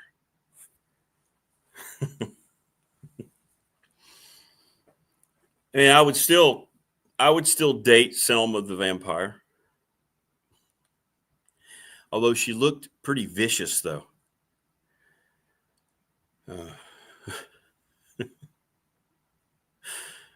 She looked pretty vicious. But anyway, where were we? Thanks to all of our wonderful sponsors. Family Fencing Studios here, brought to you by Family Fencing. Give them a call, 540-200-8294. McClellan Chiropractic, Mark Hundley. Go see them.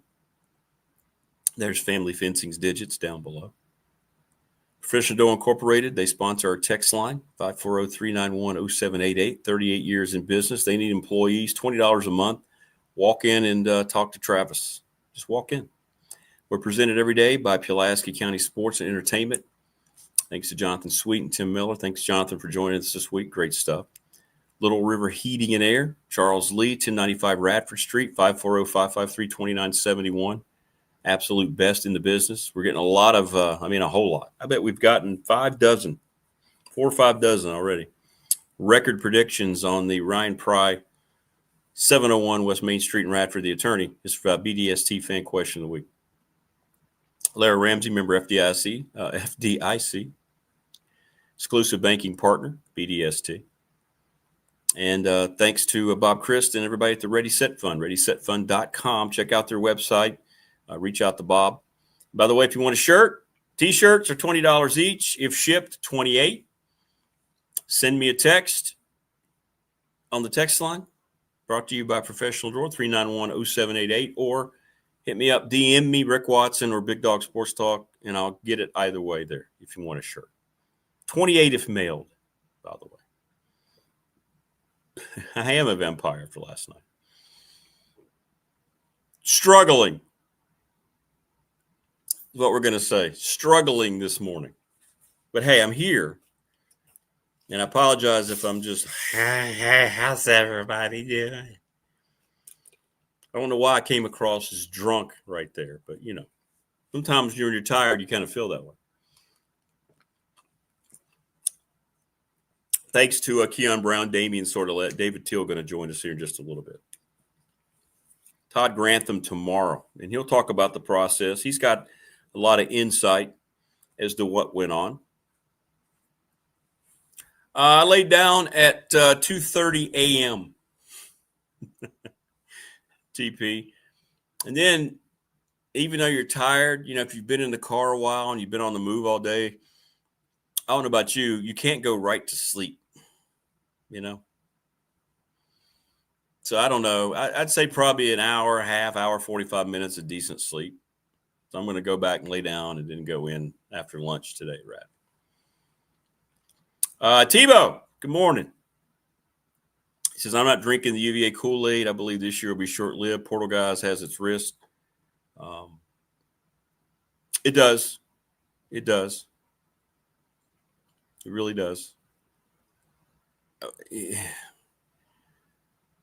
I'm not sold on this year's team, right? Tebow? I don't want to – they've had a great year, and, he's going to get an extension now, but they're not like a slam dunk. I appreciate them winning close games and what they've done. I reverted to Otis Campbell. TP says when he gets horizontal, he's out. I get that.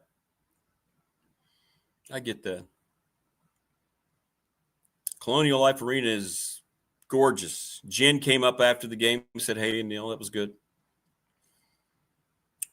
Not a great crowd there last night. That program's, they need a big year for Lamont Paris. They're 4-0 now. And Radford's got to figure it out. That's what Zach Chu said, the head coach. They got to figure this thing out. They got a big home game on Friday against UNC Wilmington. It's big. Because when you start dropping home games, if you do, that's when the concern becomes emergency status. But we're meandering through this morning. By the way, go get your next vehicle at Harvey's GM. Thanks to James Lawson, 300 North Franklin Street in Christiansburg, by the way. Give them a call, 540-381-8011. They have plumbing supplies, installation, windows, and the NRV Super Bowl. By the way, we want to salute. I got to reach out to Ronnie Horton. I haven't done that yet. It's my fault, Ronnie. I understand Ronnie does a really good Dwight Yoakam dance impersonation. TP, have you ever seen that? Our Bowlers of the Month, Scotch doubles champs. That just sounds cool. I think one of my new goals in life is to be a Scotch doubles champ at the NRV Super Bowl. Hey, man, what have you done recently? Just kind of kick back in your chair. Look up there on the board. And they go, oh, you're the Scotch doubles champ. And then you just kind of, yep, as you dip another nacho into the cheese. Jacob Ratcliffe and Mike Phillips. Congratulations, Jacob and Mike.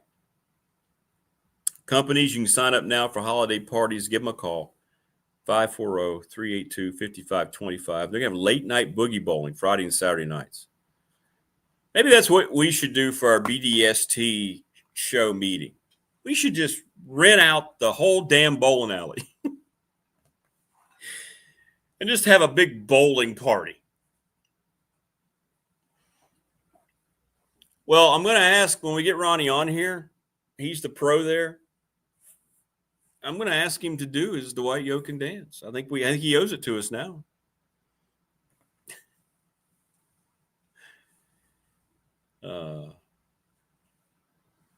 Yeah, you're right, Tebow. That's correct. He's here now. He's not arriving today. He's not just going to fly into the presser. No, it's too early. He's here. Yeah, correct. That is accurate. Like, yeah. Morris, I got your text. I'll see. I gotta get some sleep before I look at the ticket thing. And I promise you, Morris, if I don't get it out today, your shirts, I will do it tomorrow. I think that was 2X and large. I have them pulled. Just if you haven't sent your address, send me your address. And Ronnie would dance back in Dixie Youth Baseball League. Oh, he can do Michael Jackson? Really? Oh, well. Maybe we can get him to do the Dwight Yoakam dance while he's doing Michael Jackson. Ronnie, we're already setting up your performance.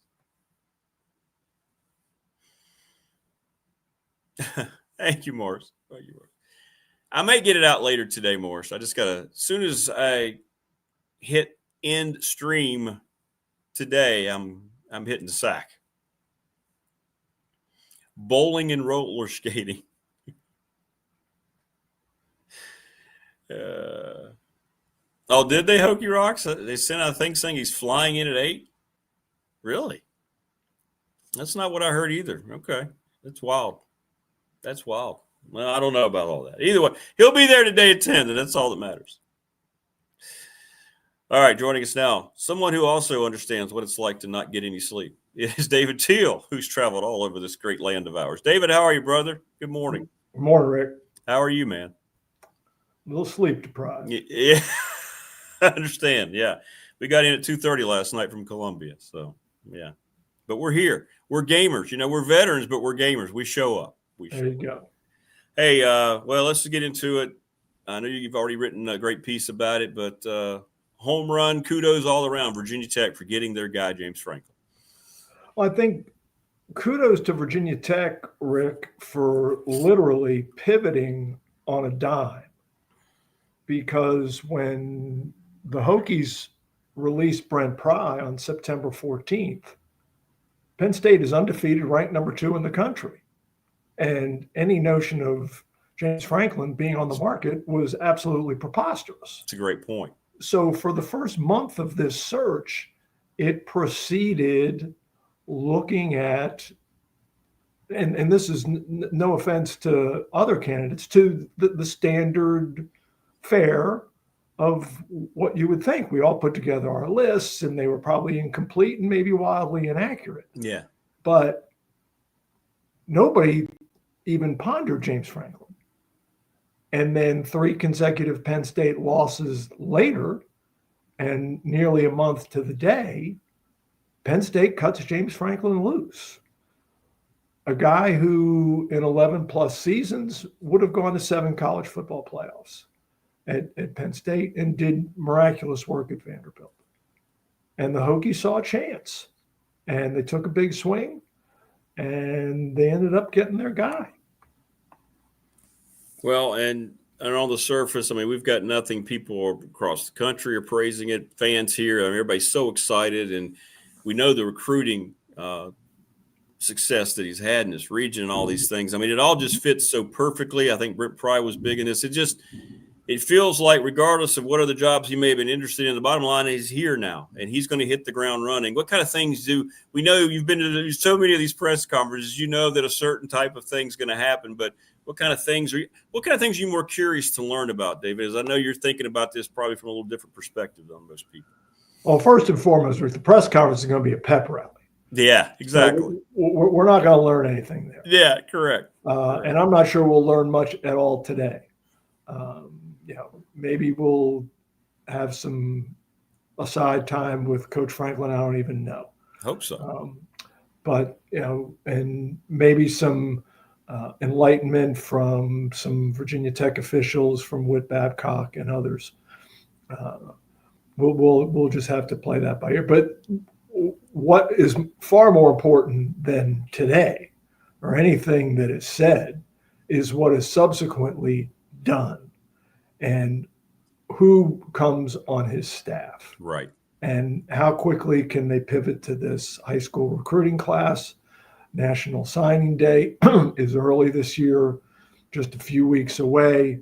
There's only one portal window as opposed to 2. And I am almost 100% certain that within 24 hours, James Franklin will have a war room set up, probably in Lane Stadium, maybe not because they have the game this weekend, so maybe in the Merriman Center, where he and his trusted folks are going to be trying to figure some things out. And oh, by the way, he can go to practice and he can evaluate his team and say, okay, here's who I think can play. Here's where I think our strengths and weaknesses are from a roster standpoint. Right. Starting caliber talent, depth, etc. So far more important things than today. Yeah, you're right. The whole process has led to what's going to become, and it's going to be very intriguing to follow it and see. People wanted me to ask you in your opinion on it. Do you think Brent Pry has a future on this staff whatsoever? It's a fascinating question. It would seem very awkward for Brett, but maybe not. Would it seem awkward for Virginia Tech? Former basketball coach James Johnson is on the football staff here. That's right. But a few years had passed between James Johnson's dismissal as basketball coach and then Brent Pry bringing him on the football staff. So that's a little different. And James Johnson is very much in a background position in the football office. Brent Pry, if he came as a defensive coordinator, would be very much a continued face in the program. That would be unprecedented. That's for sure. What I'm interested to find out, I don't know that we'll ever know exactly, what kind of conversations did Brent Pry and James Franklin have? I know. As James Franklin contemplated the shot. Clearly, Brent Pry did not nuke the place. That's right. Or I don't think we'd be here. That's a great point. Great point. And people at the text on me asked, apparently you were down at the ODU Troy game, correct? I was. And you got a chance to kind of run into James Franklin a little bit. Did you get a vibe when I know he didn't answer your question, but did you get any kind of vibe from him that night? People wanting to know, did you kind of have a feel then that this might be what happened this week? Oh, I did not run into him. I ambushed him. Let's be clear. Because, clarify. Yeah, when Mark Davis, my friend at WTKR television, tweeted out a picture of James Franklin on the sidelines, I carried my scrawny butt downstairs from the press box and said, I need to chat this guy up. And he couldn't have been more gracious. He smiled, put his hand out. We had a very firm handshake. I introduced myself, told him, look, I know you're here on the Old Dominion sideline, and Ricky Ronnie's your guy, but I got to do my job. And he said, no, I get it, but I can't say anything. I said, and that's fine. And he made it quite clear that he was not interested in further discussion. And I thanked him for being so understanding, and we both went on our way. There you go. But he certainly did not dissuade me from the notion that he and Virginia Tech were in discussions. That's great. That's a great story. I like that. The Teel ambush of James Franklin. It'll be interesting to see if he recognizes the face when we meet him. I hope he says that. He goes, wait a minute, there's David Teel. He attacked me down at ODU last week. So he may have security come frog march me out of the news car. I have no idea how we're going to handle this. Sexton's hired a couple of the big guys to haul you out. Sir, you have to come with us right now. Maybe. It feels like this can, if we assume the staff's going to be strong, and you know what kind of recruiter he has been, especially throughout this region, the DMV and everything, feels like Tech can maybe make some huge strides next year, given the way the ACC structure doesn't. I mean, this may not be a long process. This can happen pretty quickly. It can't be, right? Not in this era. Yeah. But he's not going to get this roster up to speed with DMV high school prospects. Correct. You're going to have to hit the portal. Yes. And he's also, I would imagine, that a lot of Penn State commits who have since reopened their commitment after James Franklin's dismissal up there will come along with it. And that will be interesting to watch. But this roster needs upgrades across the board, and it needs game-ready talent, not incoming freshmen. And that's going to be the charge. But you're right about the state of the ACC.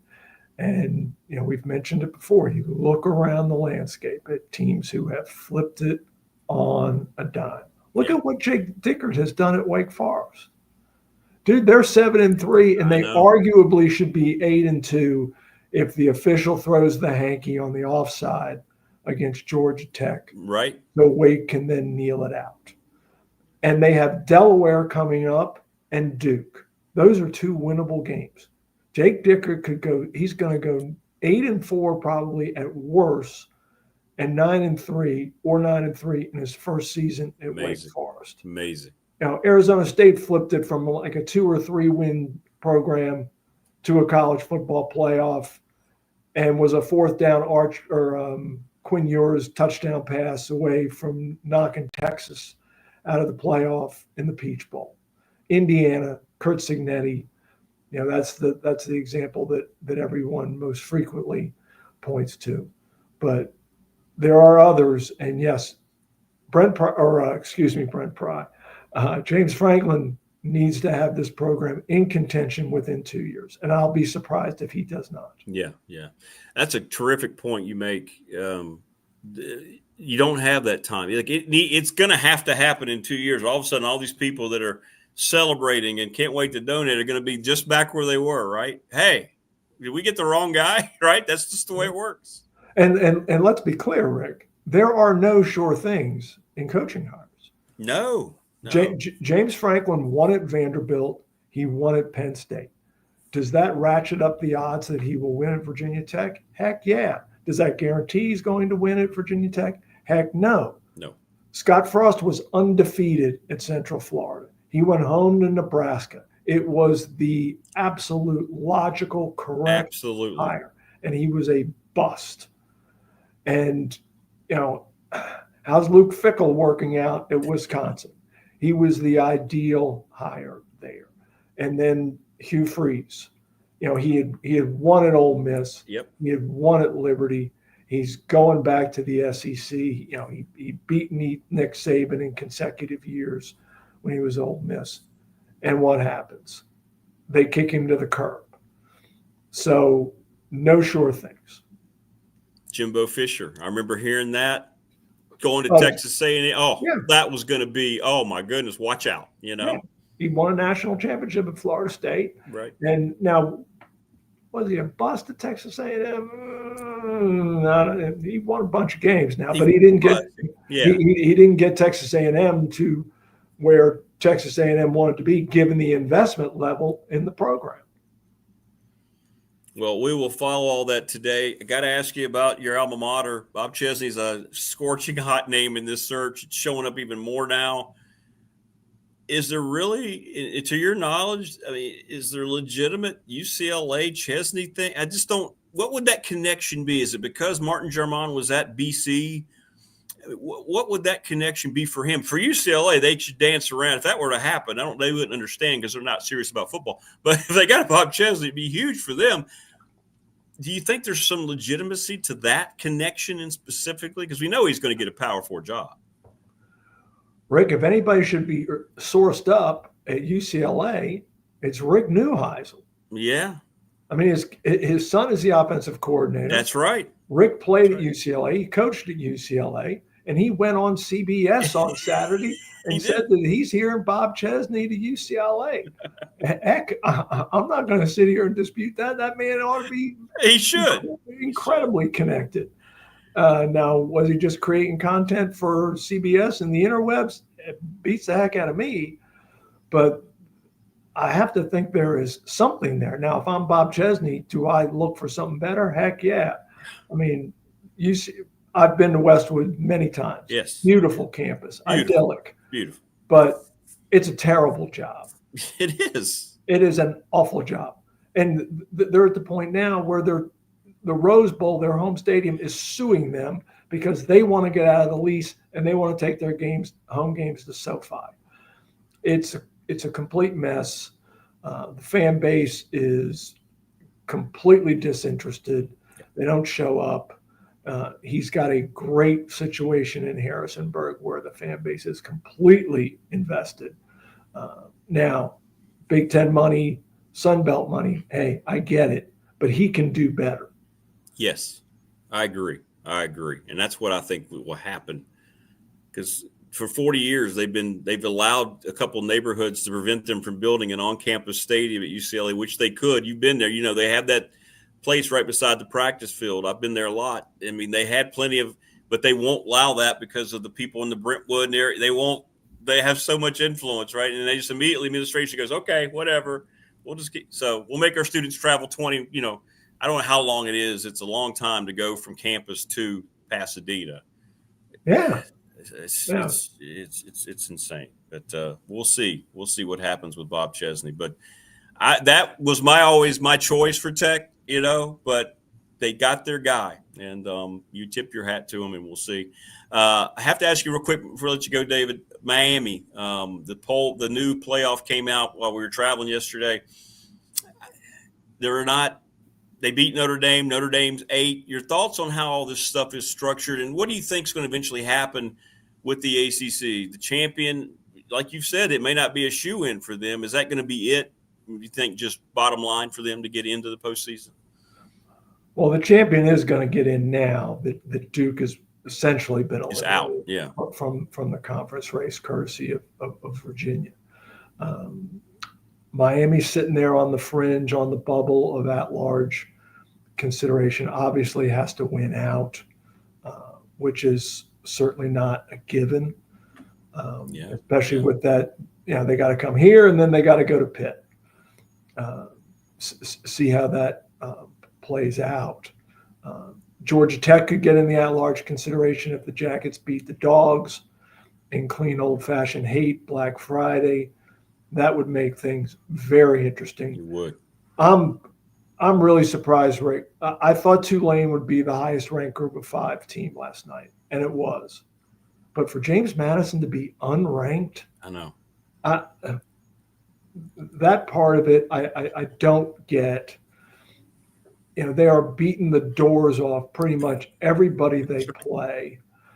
And I assure you, if Bob Chesney and James Madison in either of the next 2 weeks have the chance to run it up on Washington State and or Coastal Carolina, they are going to take that opportunity. Yeah. Not out of any disrespect. No. But to send a message to the folks in Grapevine, Texas, and say, yo, Pay attention. You're not watching, right? Yeah. I don't get it either, and that's just going to make him flee even more. Make him want to flee. He's got to look around his situation and go, "Wow." I mean, he can take that somewhere else where it'll be appreciated by these people. It's crazy to me. It really is. But we will see what happens. So you'll be there today, and what's the timing on your pieces coming out? People always ask, when can we go online and get David's next article? I guess it'll be a pretty quick turnaround for you today. Yeah, today I'll be writing about the press conference. Got something else dropping today that I really can't share. More along some breaking news that you'll understand, and some of your listeners will as well. It's not regarding Virginia Tech, but then working on some things about James Madison this week, and then I'll be back out here on Saturday for noon kick. All right. Well, listen, man, thanks for jumping on. I appreciate you so much. Great info, great insight as always, David. We appreciate you, man, and look forward to our conversation next week. Get some rest, my friend.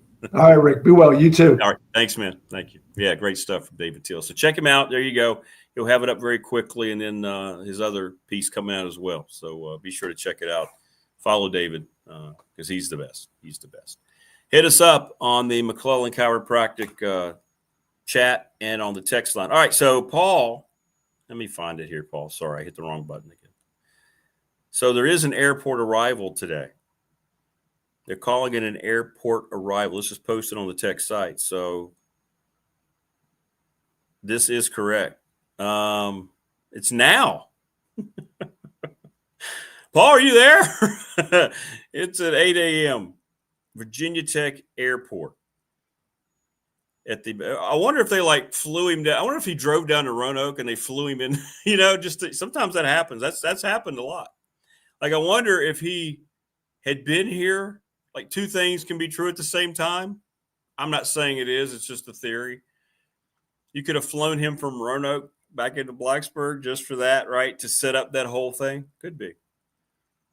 Could be. Let me know if anybody's there. Let me know the kind of crowd that's there for James Franklin. Yeah. It's pretty cool. Pretty cool. Who introduces Franklin today? President. It's going to be the president or Witt. Yeah. I don't know which one, Paul. Maybe it'll be Jimmy Sexton. Maybe Jimmy will just get up there. Hey, give me the microphone. Be like the drunk guy at the wedding. Hey, I got all this. The guy who's doing the drunk toast.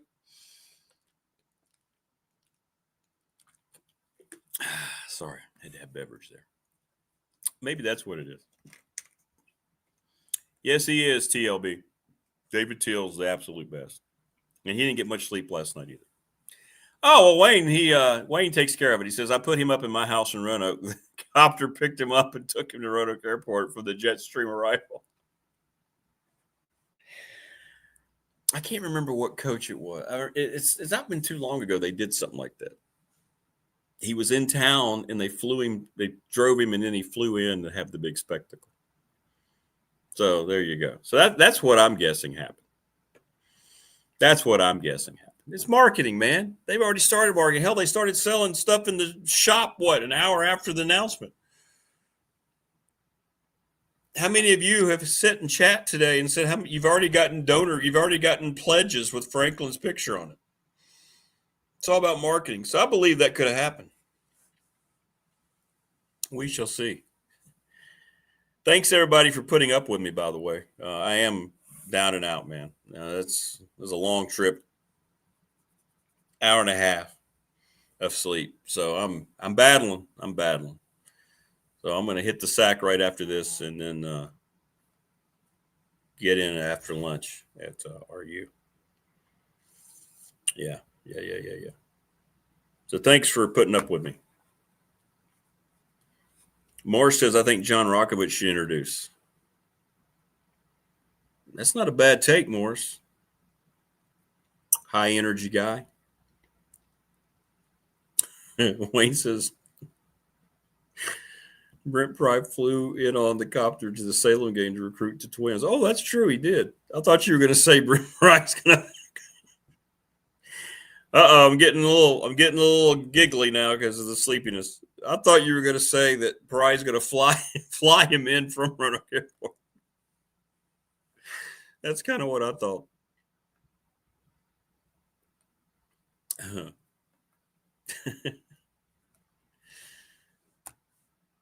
It'll be a good day for Tech fan. There'll be a lot of video. It'll be shared. The thing about it too, it's going to be a national thing. You know, he'll show up everywhere, so that's good stuff.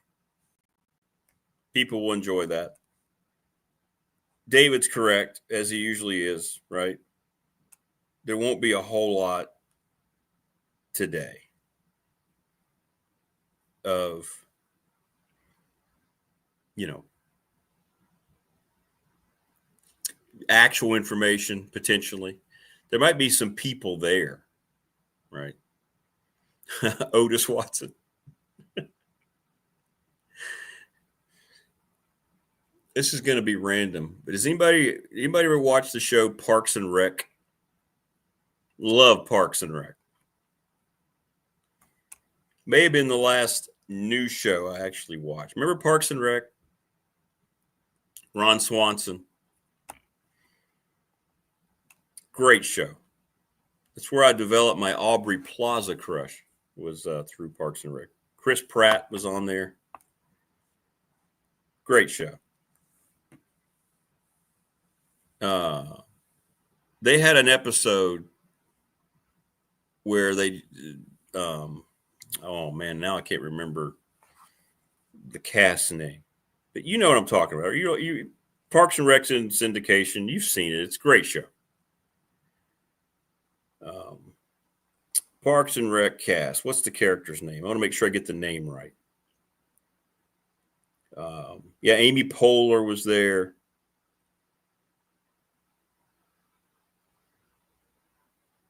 Anyway, they had a thing called snake juice. Tom Halverford. Yeah, Tom. He was the Indian employee there. And they had a thing called snake juice, and they all drank it one night at this local establishment. At the very end, the end credit, they didn't think it was just all of them and how drunk they were, the different types of drunk. And I kind of feel like I might be a combination of 3 or 4 of those right now. Yeah, it's going to be streamed. I know it's going to be through the Tech. It'll be on the Tech Hokie Sports site. I know that. Yeah. Yeah, you can find it online, Rodney. Thank you, TP. Struggle. All I know is Neil driving his brand new New York Giants blue Chrysler 300. I mean, he's sitting there just, oh, yeah. He's not feeling it. He's in his car, man. He is in his car. Hey, there you go. Thank you, Thunder. We got like a smattering of people there to meet the coach at the airport. Looked like a crowd of about a couple, 3 dozen, something like that. But anyway, you should look that up on YouTube, the snake juice at the end when they're all drunk. It's good stuff. Morris says, thanks, Rick, being a recent jet lagger myself when my wife speaking in tongues or drunk. Know how you feel. It's called, Virginia Athletics on YouTube. So, yeah, there you go, Rodney. The peeps know.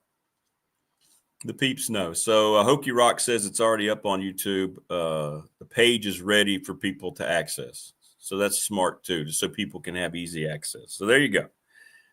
Smartest and best. I used to call you the best listening audience in radio. You're now the best viewing audience on YouTube. Please subscribe, like, and share our channel. We're trudging our way toward 1,000, and then we'll have a celebration, much like Tech Fan has had over the hiring of James Franklin. We'll have one ourselves. No, there was no Natalie Imbruglia on the home. We did have, he's got Sirius Satellite in there, though, so don't you think for a second we didn't just leave it on the 80s channel. much to the shock and dismay of the younger sports information people who were in the back seat. Then we broke out the classic country songs toward the last leg, Neil and I singing at the top of our lungs.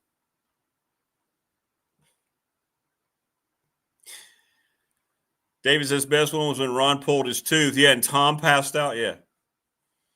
If you haven't seen Parks and Rec, brilliant show. Brilliant show. And that character, Ron Swanson, yeah, that's my guy. We share a lot of the same personality traits about food. Rick Allen was back, baby. Yeah, the old DJ spinning the tunes here on Q102, Country Afternoons on Q102. Call us up on the hotline. Yeah, that was a big thing, man, every afternoon. And, I don't know what it is, but when you're on the radio, you have to kind of have a little bit of a notch to your voice. It immediately changes like this. I don't really understand why, but we call these guys pukers. Pukers.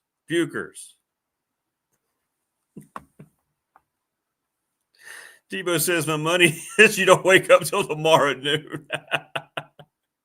Noon at work doesn't happen. I'm not going to counter you on that bet. I would lose money. We'll see.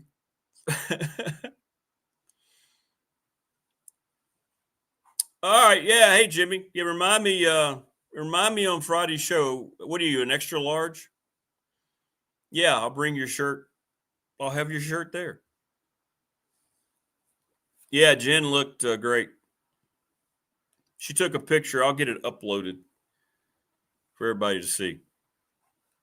A large. Okay, Jen. Yeah, remind me, though, please, because right now, anything that happens now won't happen. Just like Tebow said.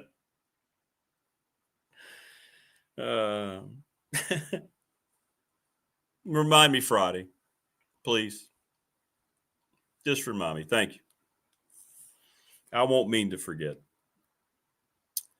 Andy Bitter joins us tomorrow. Yeah, a lot going on tomorrow. Dwight Vick, talk about all this. Be after the pressure. It's perfect timing. Whom else? Whom else? Todd Grantham. Wow. Seems like there's somebody else tomorrow. It'll come to me after I get some slumber. But anyway, yeah, I don't know what it is about Radio Puker Guy. Never understood why they figure they have to do that. Let's go up to Marty, who's flying the copter right now, the BDST weather copter. Marty, what you got for us up there? Just talk. Yeah, well, Ron, yeah, he's at some place and he gets some steak. And he goes, son, how can you get away with calling this a steak? Take it away. And he goes, just give me all the bacon and eggs you have. And the guy kind of nods. He goes, wait a minute, wait. I fear you don't hear me or don't understand. I don't want a lot of bacon and eggs. I want all the bacon and eggs that you have. Hey, Tebow graduated with Jen. Really? That's awesome. Nothing wrong with that, Tebow.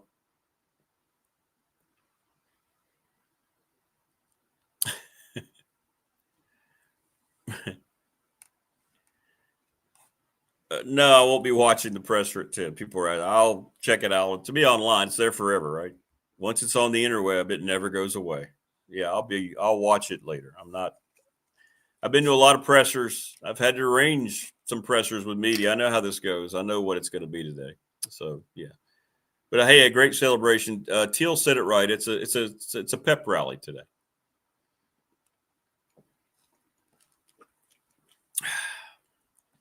It's a pep rally today, and we'll start to get some clarity. But to his point, enjoy it. Have some fun. By the way, I'm getting some sites copying our BDST Ryan Pry fan question of the week. Somebody said, they just sent it to me. What is it? VT Scoop saying, hey, what do you think? How many games James Franklin going to win? Hey. That's fine. I don't care. Doesn't bother me at all.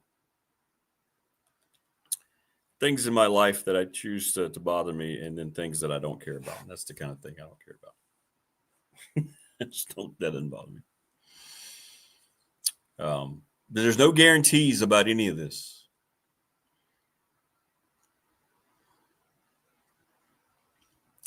People have asked me what I thought.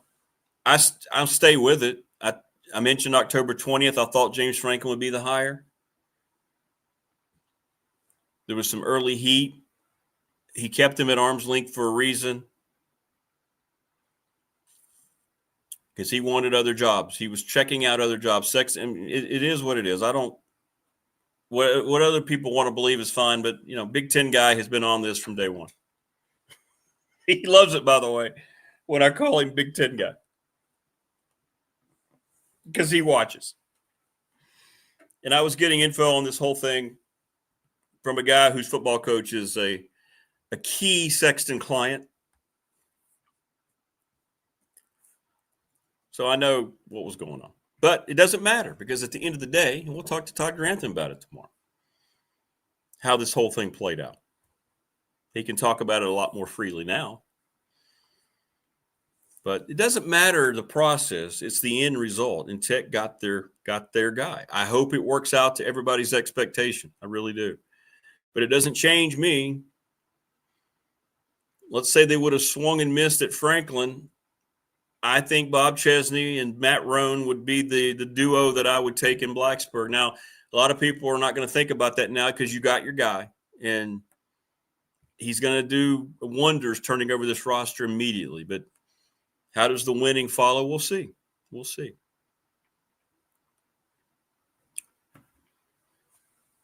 I remember a very young sophomore, Todd Grantham, being teased by the teacher. I bet that ended when he became a junior and he became really big.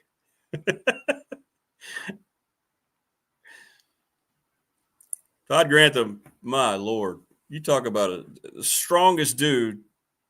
I mean, I got to give Todd hell, by the way. Remind me to give Todd hell about the sock hops. Because I was all cool and stylish because as a sophomore, I made traveling team. Rodney Landers, former great quarterback. There was only like 5 or 6 of us that made it every year. So you're at the sock hop representing. And the sock hop came after the football games where, after they picked up the pieces of the bodies of the opponent that we just beat by 4 or 5 touchdowns. Because you didn't come into the Cougar Den and walk out with a victory. You weren't going to win. Sorry. Todd would never come off the field. Todd played offensive tackle, played defensive tackle, was on special teams. He did it all. That's why he was an all-state performer and went to Virginia Tech. And then afterwards, and I'm guessing it's probably his current wife because I think they met at Pulaski County, but he'd be at the sock hop and he'd be absolutely exhausted. You'd see him in the shower and he'd just be kind of just almost just sleep on his feet while the water. You'd be like, man, that dude. And then he would go and he would go to the sock hop and just sit there and kind of sway back and forth with the music.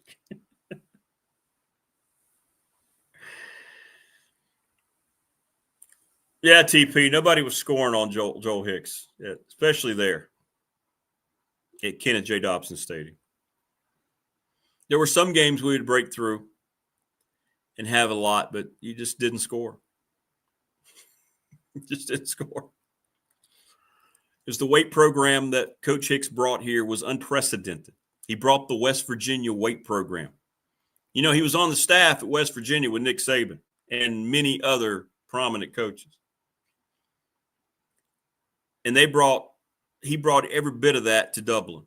And we were so far ahead of the curve, programs would come up, coaches, and watch what was implemented, learn about the equipment. It was one of the big things he got done with Dan Callahan, God rest his soul. Coach Hicks, you and Dan got to be up there just having great stories together. Miss you both so much. Wow. But we were bigger, we were stronger, and we took a lot of pride in it. And everybody's doing it. They've caught up many years ago. But at that time, you did not. And you already had a bunch of corn-fed country boys out there, just like at Giles. What did Marty? That's what Marty says, right? Corn-fed country boys coming out of the horse fields, the cow fields. You're not going to beat them in the trenches very often. And Todd was just unbelievably strong. But he would get through the sock hop, sleep on his feet. All right, NRB, thanks for the pick. That's cool. NRB Thunder sent a picture of the crowd. He says the crowd has grown at the executive airport. AI had to get to work, so didn't get the size of the crowd that arrived. Oh, I had to get to work. Okay. Not AI. I had to get to work. That's great stuff, man. We're getting some great info from Paul and from Thunder today. It's great. Because I need to get updated. I was, like I said, we were on the road all day, and then you're at the arena and then the game and, and all that. Yeah, he turned into a massive. He did. Yeah. Todd got. Yeah, he did. You can go. I wonder if I can find it. This picture. You're right. That's a great point. Talk about weight programs. Mike Gentry. Or was that before Gentry? That was before Coach Gentry. It wasn't Mike Gentry. Who? Wow. All right, Tech fan. Who was the strength coach before Mike Gentry? I don't know the answer. I'm asking you.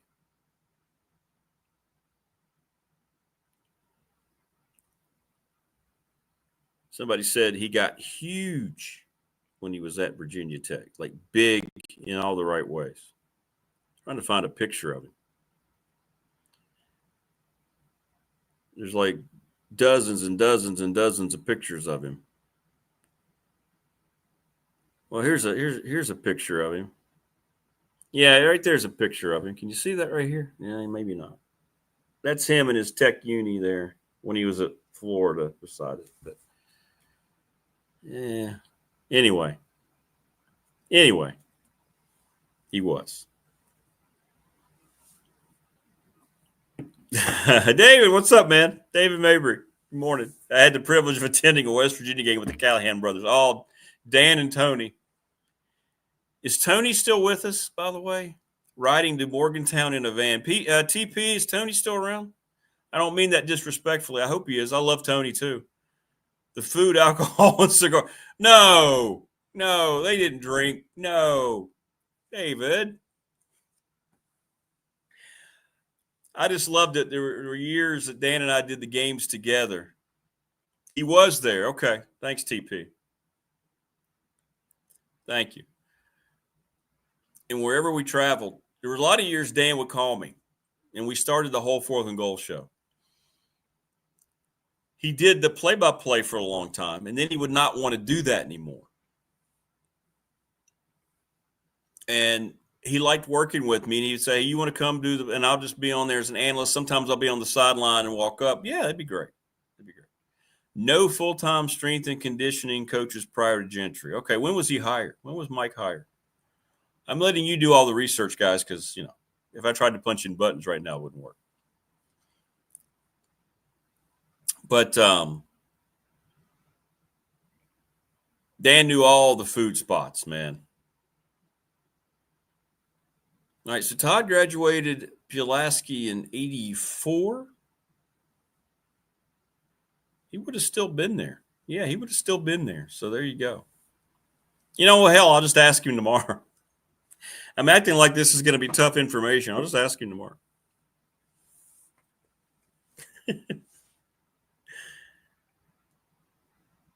Tony did call you a couple years ago. Okay, great.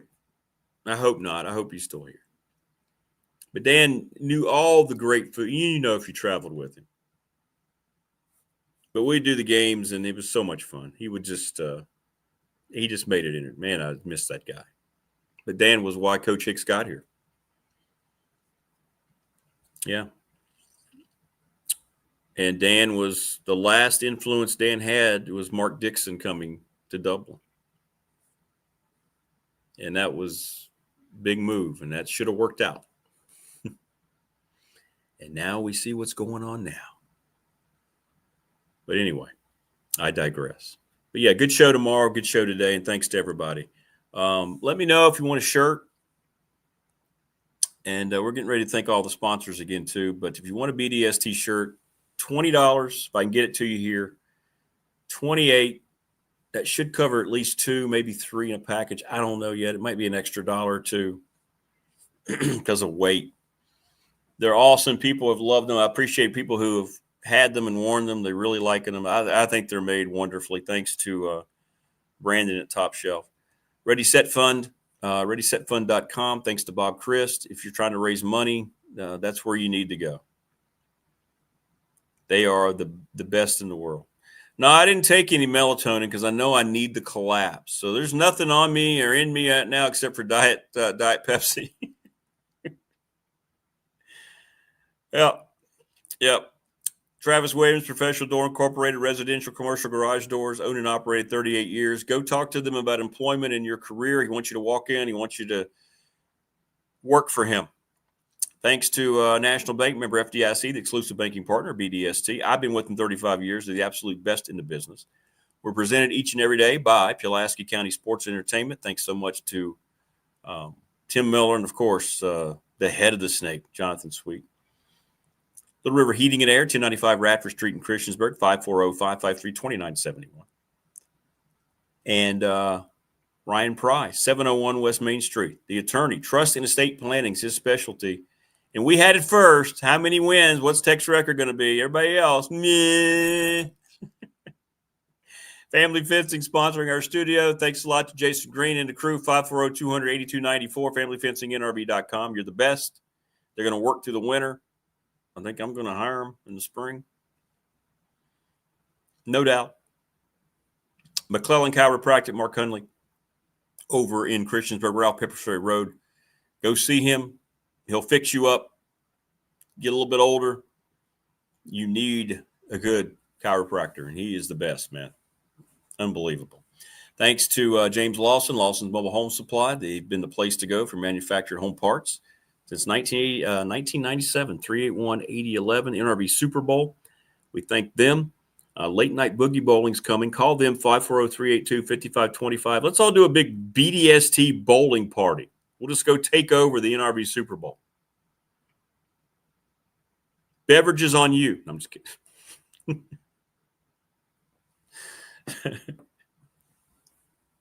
Harvey's GM in Radford. Brad Harvey's, speaking of the best in the business, if you need a new car, I bought my last 3 there. Guess where I'm going again when I need one? Raise your hand. I'm going to go see Brad Harvey. Great service department. Michelle and Neil. Those people, man. Great people. Mr. Ritter. All the sales folks. Thanks, Montgomery County Chamber of Commerce. Thanks to Top Shelf Apparel and Pulaski for the shirts. No doubt about it, Real Dino Kid. I think what it's going to end up being for Franklin, too, if he didn't know it at the time, he's going to realize this is the best landing spot for him. Yeah.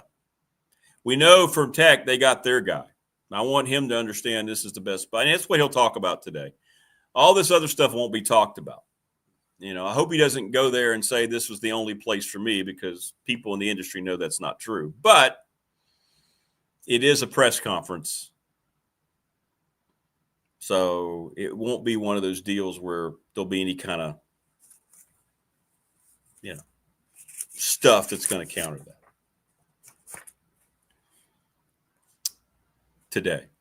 Today will be a feel-good day. Everybody will celebrate, and it'll show up everywhere. That's what's great. It'll show up everywhere. Like I said, Tech's going to get a lot more out of this than just potentially a program that's going to be an ACC contender immediately. They're going to get so much immediate input from donors, from national attention, marketing. It's going to absolutely explode. Absolutely. But thanks again to Kion today. Damien Sordelett, really good. David Teel's always good. So you'll have the presser today. Basketball tonight, right, against Bryant. Again, Mike Young scheduled a certain way for a reason. It's not a knock. It's just a fact. Be another, probably a very easy. Let's see the spread. Got to be an easy win. What do we have spread-wise today? I'm going to guess. I don't even know. Let's see what we've got. At least 22 points. I was close. 25.5-point favorites against Bryant. Bryant is 1-3. Bryant. Paul won't let me leave early, Tipo. He's yelling at me. TLB says show was still cutting edge, Rick. Now turn on ESPN to make sure you go to sleep. Yeah, it's true. Oh, man, I got to get some immediate rest. Click. Let's put it on, what is it?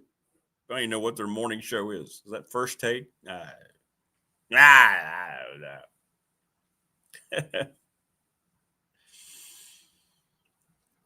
Well, Paul, you're not a paid subscriber, so you're getting your money's worth, baby. Free value entertainment.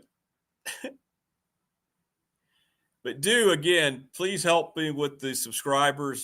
Share all the stuff. Please, if you think about it, tell people. Again, it's free to subscribe. If you just get 1 or 2 people, each of you that are subscribed, we're over 720. I mean, we can get to 1,000. Really need to get to 1,000. Because that puts me in a different neighborhood from a YouTube perspective. Keeps me around if I still want to do this for multiple years. And hit me up if you want a shirt. $20 here, $28 if shipped after everything. And that includes packaging and shipping. Try to keep it as low as possible. I hate shipping. I hate but it goes up so much. It's gone up so much from what it used to be. But I get it. And I thank everybody really a whole lot that have paid for shirts, that have gotten shirts. All the local folks, I have your shirts here. I've caught up with many of you and given you your shirts. And I've mailed out 2 more, so I'm going to get yours out later today. So, yeah. Good time to ask Rick about black uniforms. I won't give away like my pin or anything on the debit card. All right. Great stuff today. Thanks, everybody. You helped get me through. Best audience in YouTube. Enjoy your presser today, Tech fan. Continue to take the victory lap. I'm thrilled for you. You got your guy. I am. And now it's time to visit Slumberland. Everybody take care. Hope we helped you slide over the hump a little bit better than normal. See, look, remember, it's hump day. Keep calm. You don't have to keep calm today as the presser ends or as it's going on. Excited, clap, applaud. And welcome. If you're watching, James, on the plane, welcome. We'd love to have you on the show. Take care, everybody. We'll see you tomorrow.